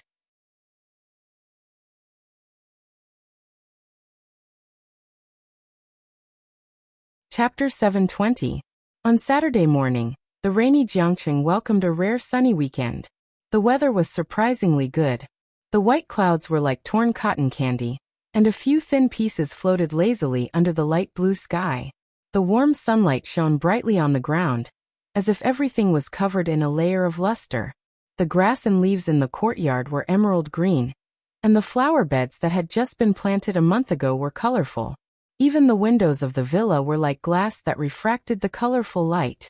With such good weather, it was only natural for people to be in a good mood. Haha, Papa, I want to wash my shoes too. Shishi's sweet laughter came from the open door. All the doors and windows of the villa were open today. Usually when the heater was on, the doors and windows were closed. Although there was air exchange, the air was turbid after a long time. Moreover, the continuous spring rain had also produced some damp mildew. Today was a good day for cleaning, so Yang-yi and Murphy opened all the doors and windows to get some fresh air. Passing by the loyal steamed stuffed bun at the door, they saw a little girl running happily. Shishi's dress today was very interesting. She wore her pink water boots with cartoon patterns on them, and she wore light yellow rubber gloves loosely on her hands. The rubber gloves were for adults, and Yang-yi bought them according to his size. For Shishi, they were a little too big, and the mouth of the gloves almost covered her elbows. However, Shishi didn't care at all. She raised her 2 forearms to prevent them from falling down. Even so, the little girl ran happily to her father like the wind. "Aren't you going to help your mother clean the sheets and quilt to wash? Papa doesn't need your help here," Yang-yi said with a smile. He was brushing his shoes. At first he only wanted to brush the 2 pairs of shoes that Xiao Xiaotang could not wear. Later he simply took the other washable shoes in the house and washed them, taking advantage of the good weather to dry them. Mom said that she wanted to use the washing machine, so she didn't need my help. Then he gave me this. Shishi happily waved her little hand and showed her father the rubber gloves she was wearing. Yang-yi saw that his daughter was so eager to help, so he didn't refuse. He took a small stool for Shishi to sit on, and then the father and daughter squatted in the toilet to scrub their shoes. "Grab the heels of your shoes and brush the soles. Once you rinse them with water, the dirt will be gone," Yang-yi demonstrated to his daughter. Shishi looked at her father's operation with her big bright eyes, and she imitated him. The little girl picked up a pair of her mother's slippers with one hand and gripped the long handle of the brush awkwardly with the other. She started brushing with difficulty. "Don't you think it'll be easier to control them if you grab them here?" Yang-yi realized that Shishi was different from him. The little girl's hands were not as long, and she was not as nimble when using the brush. Therefore, he taught her how to hold the middle of the handle. Shishi started brushing her mother's slippers again, but this time, she realized that it wasn't as strenuous as before. The little girl couldn't help but turn her head in surprise and said to her father, "It's true." Yang-yi took the hose and rinsed it on his daughter's shoes. At the same time he smiled and said, "Right? Daddy will tell you a fun story, okay?" "Okay," Shishi replied happily. Shishi stopped what she was doing, because she wanted to listen to her father's story. She held the slippers in one hand and the brush in the other, but she looked at her father curiously. Yang-yi turned off the hose and said, "A long time ago, there was a man who wanted to go out of the city with a long flagpole. When he passed by the city gate, he realized that his flagpole was too long and couldn't pass through the gate. What should he do?" Yang-yi told the story. In order to describe it more vividly, he used a brush and a plastic bucket as an analogy. The long brush was the flagpole, and the opening of the plastic bucket was the city gate.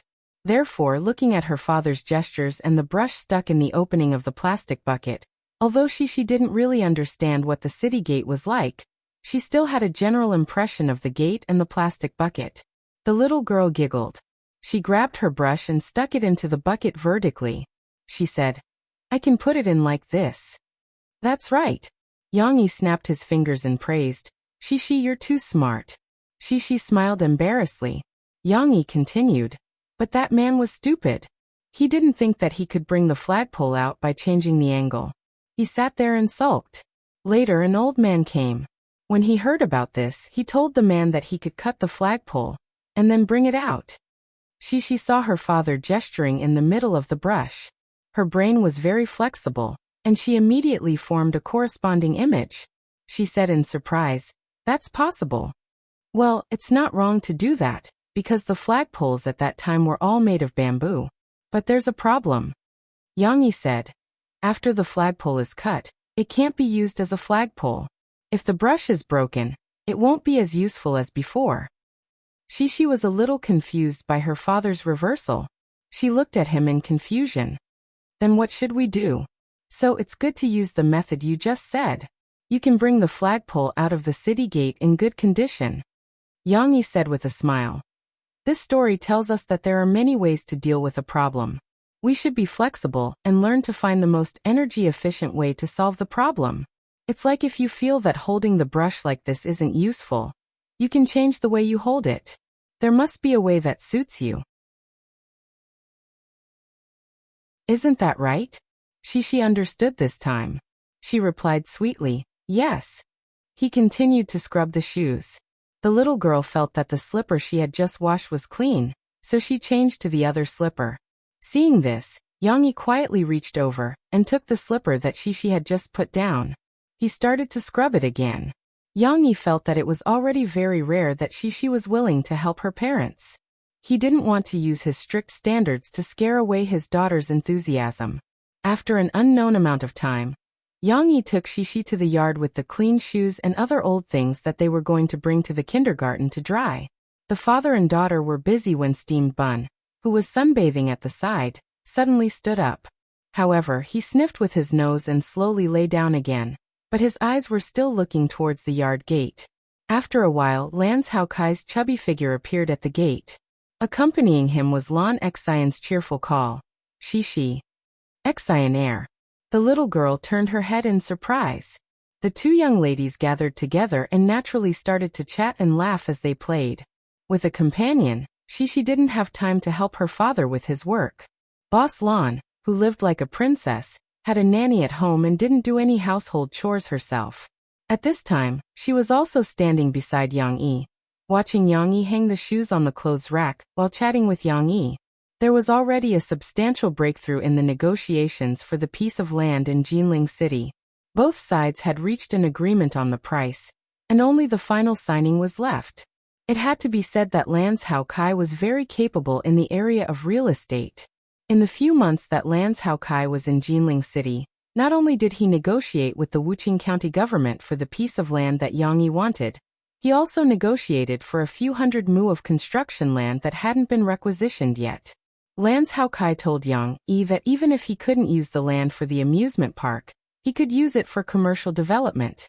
He could build shopping malls and hotels around the amusement park, rent them out and sell them. He could make a lot of money. Of course, he was still waiting for the submission of the report, the approval of the Jiangnan Provincial Department, and the final signing. Lance Hao Kai came back this time, because he wanted to take some time to attend his daughter's parent-child activity. You didn't come here today to ask me for old things, did you? Yang Yi looked at Lance Hao Kai vigilantly. This guy realized that he was very good at educating his children. He often left Lan Xian here, and asked Yang Yi to tutor Lan Xian for some math homework. Sometimes, Yang Yi really wanted to ask him, is Xian your daughter or my daughter? Of course, this was just a joke. Yang Yi and Lance Hao Kai's families had a good relationship. Yang Yi could be considered Lan Xian's godfather. It was just that Yang Yi and Lance Hao Kai weren't religious, so they didn't have the habit of calling each other strange names. Lance Hao Kai said with a smile, we don't need old things. Our family has asked Grandma Wu to clean up a batch. But by the way, on Monday, after you finish Shishi's handicrafts, don't forget to come and help Xian air, or we can do it together. You know I don't have any talent in handicrafts. Then what did you want to talk to me about? Yang Yi asked curiously. About the school. Xian air and Shishi will go to primary school in the second half of the year. Should we also consider which primary school to choose for our children? Lance Hao Kai really had something important to talk to Yang Yi.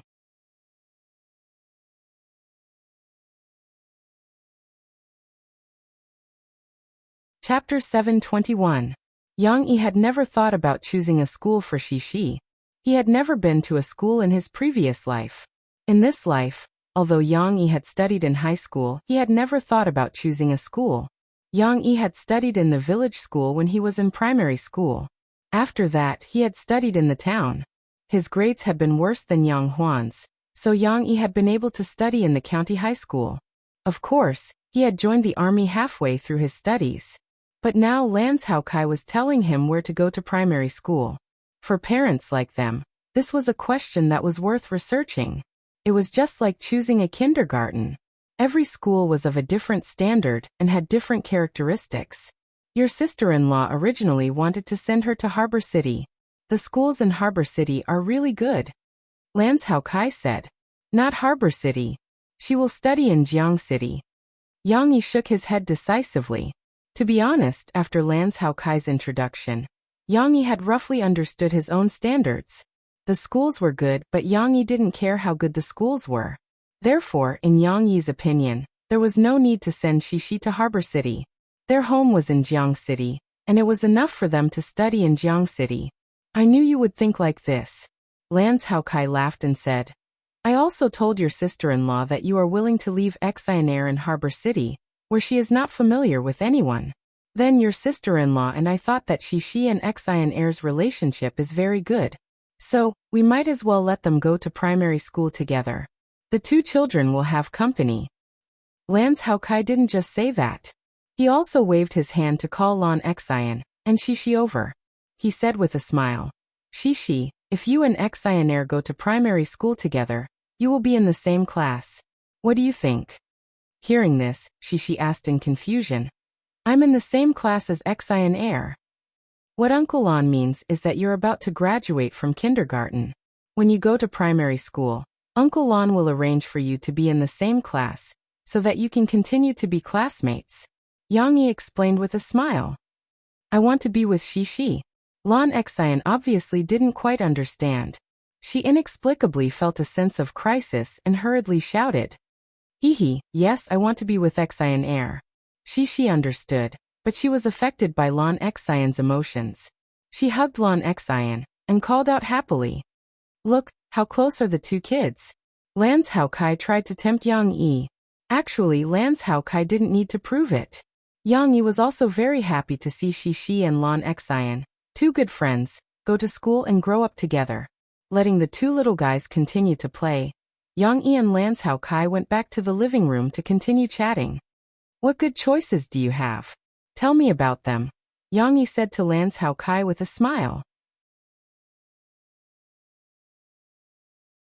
Murphy came over with a teapot and sat beside Yang Yi. She poured tea for Yang Yi and Lans Haokai. She had already finished her chores long ago.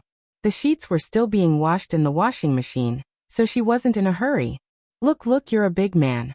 You didn't even hire a nanny. What did you do to a big celebrity?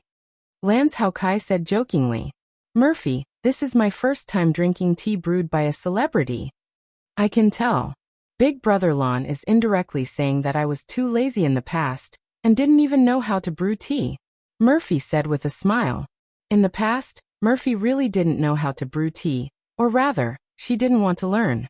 But now, in order to lose weight, she followed Yang Yi's advice and drank tea often to clear her stomach, so she learned how to brew tea herself.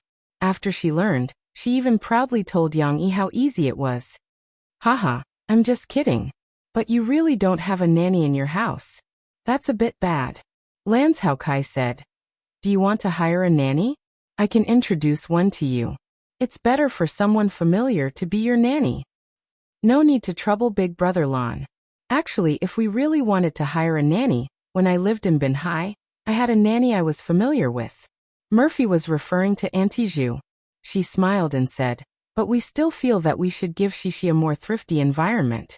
We don't want her to live a life where she has to stretch out her hand and open her mouth. That way she'll develop bad habits. Of course, the cleaning work in Yang Yi's house was not entirely done by them.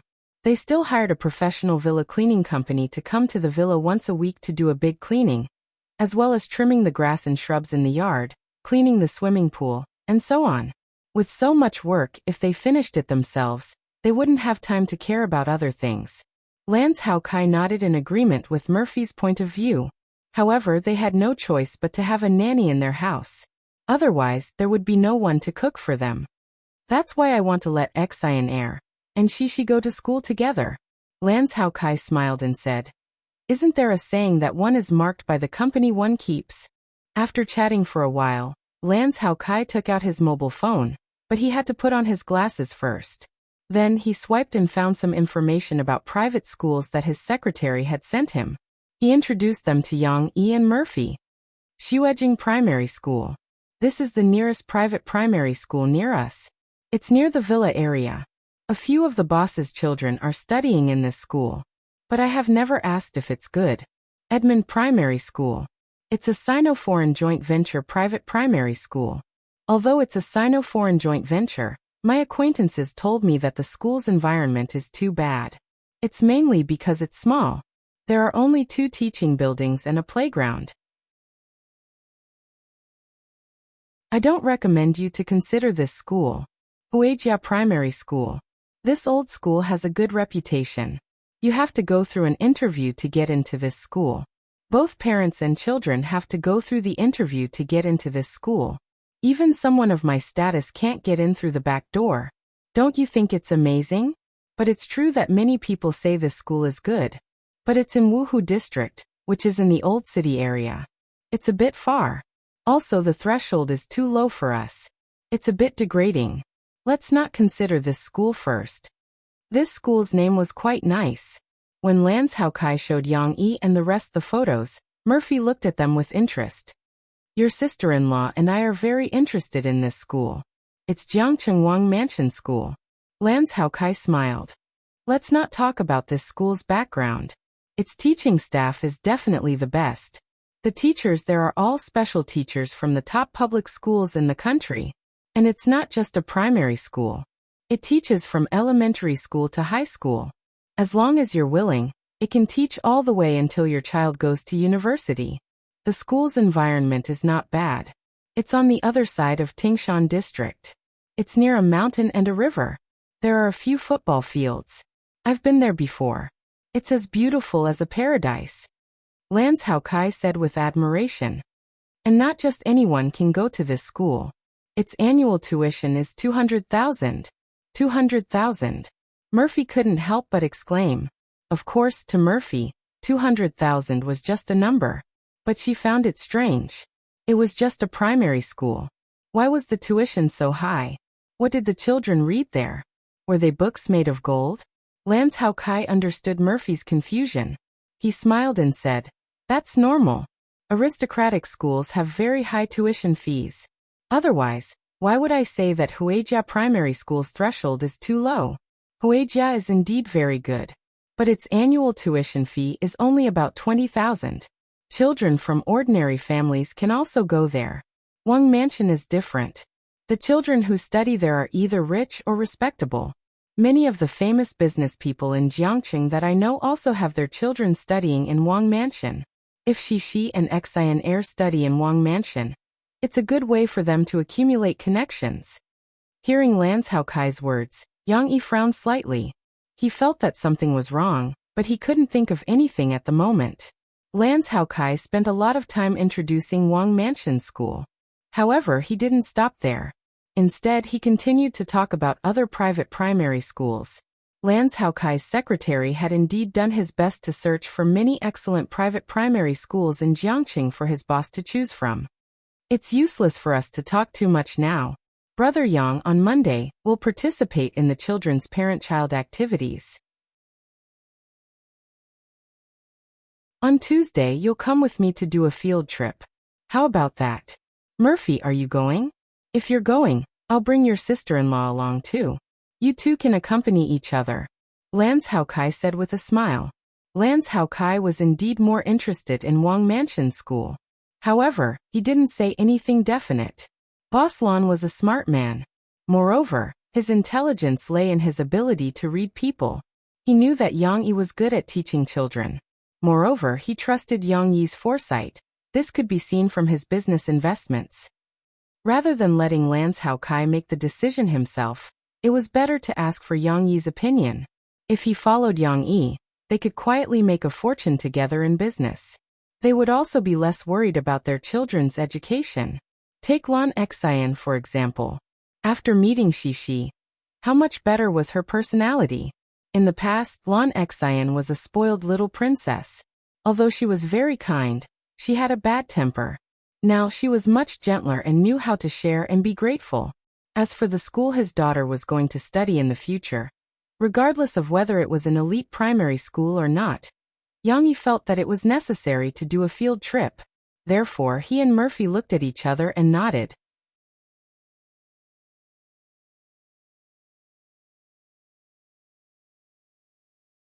Chapter 722. On Monday, Yang Yi and Murphy went out together to participate in Shishi's kindergarten's parent-child activity. Murphy had always wanted to participate in her daughter's activities. However, most of the time, She could only watch Yang Yi go and envy him from behind. It was either because she had not been exposed by the media back then, and was worried that her identity would cause trouble for her daughter's normal life, or because she was pregnant, and it was inconvenient. She could only watch from the sidelines.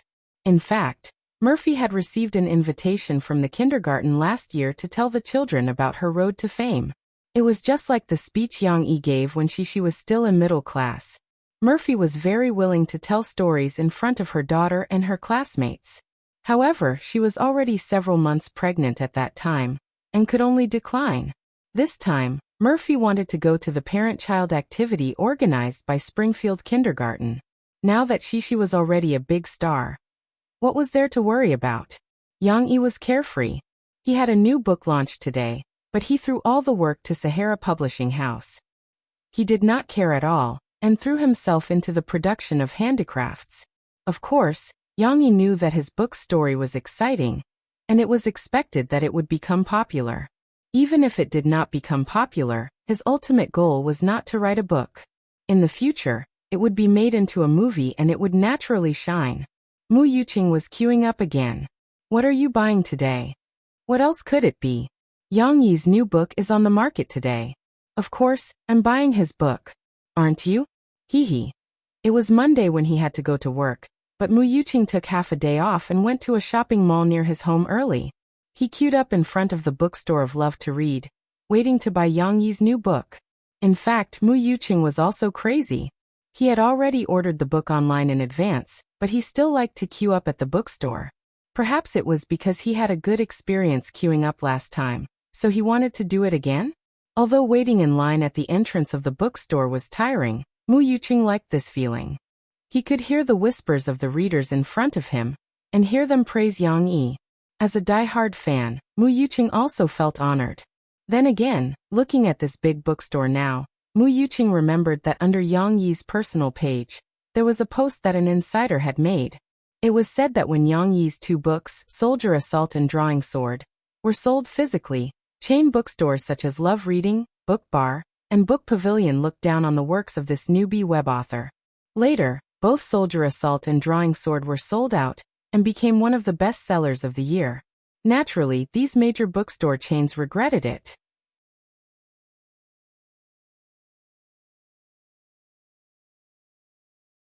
He saw that on the night when Fu Rueda thought he was going to commit suicide, Andy suddenly seemed to evaporate into thin air and disappeared from Shawshank Prison.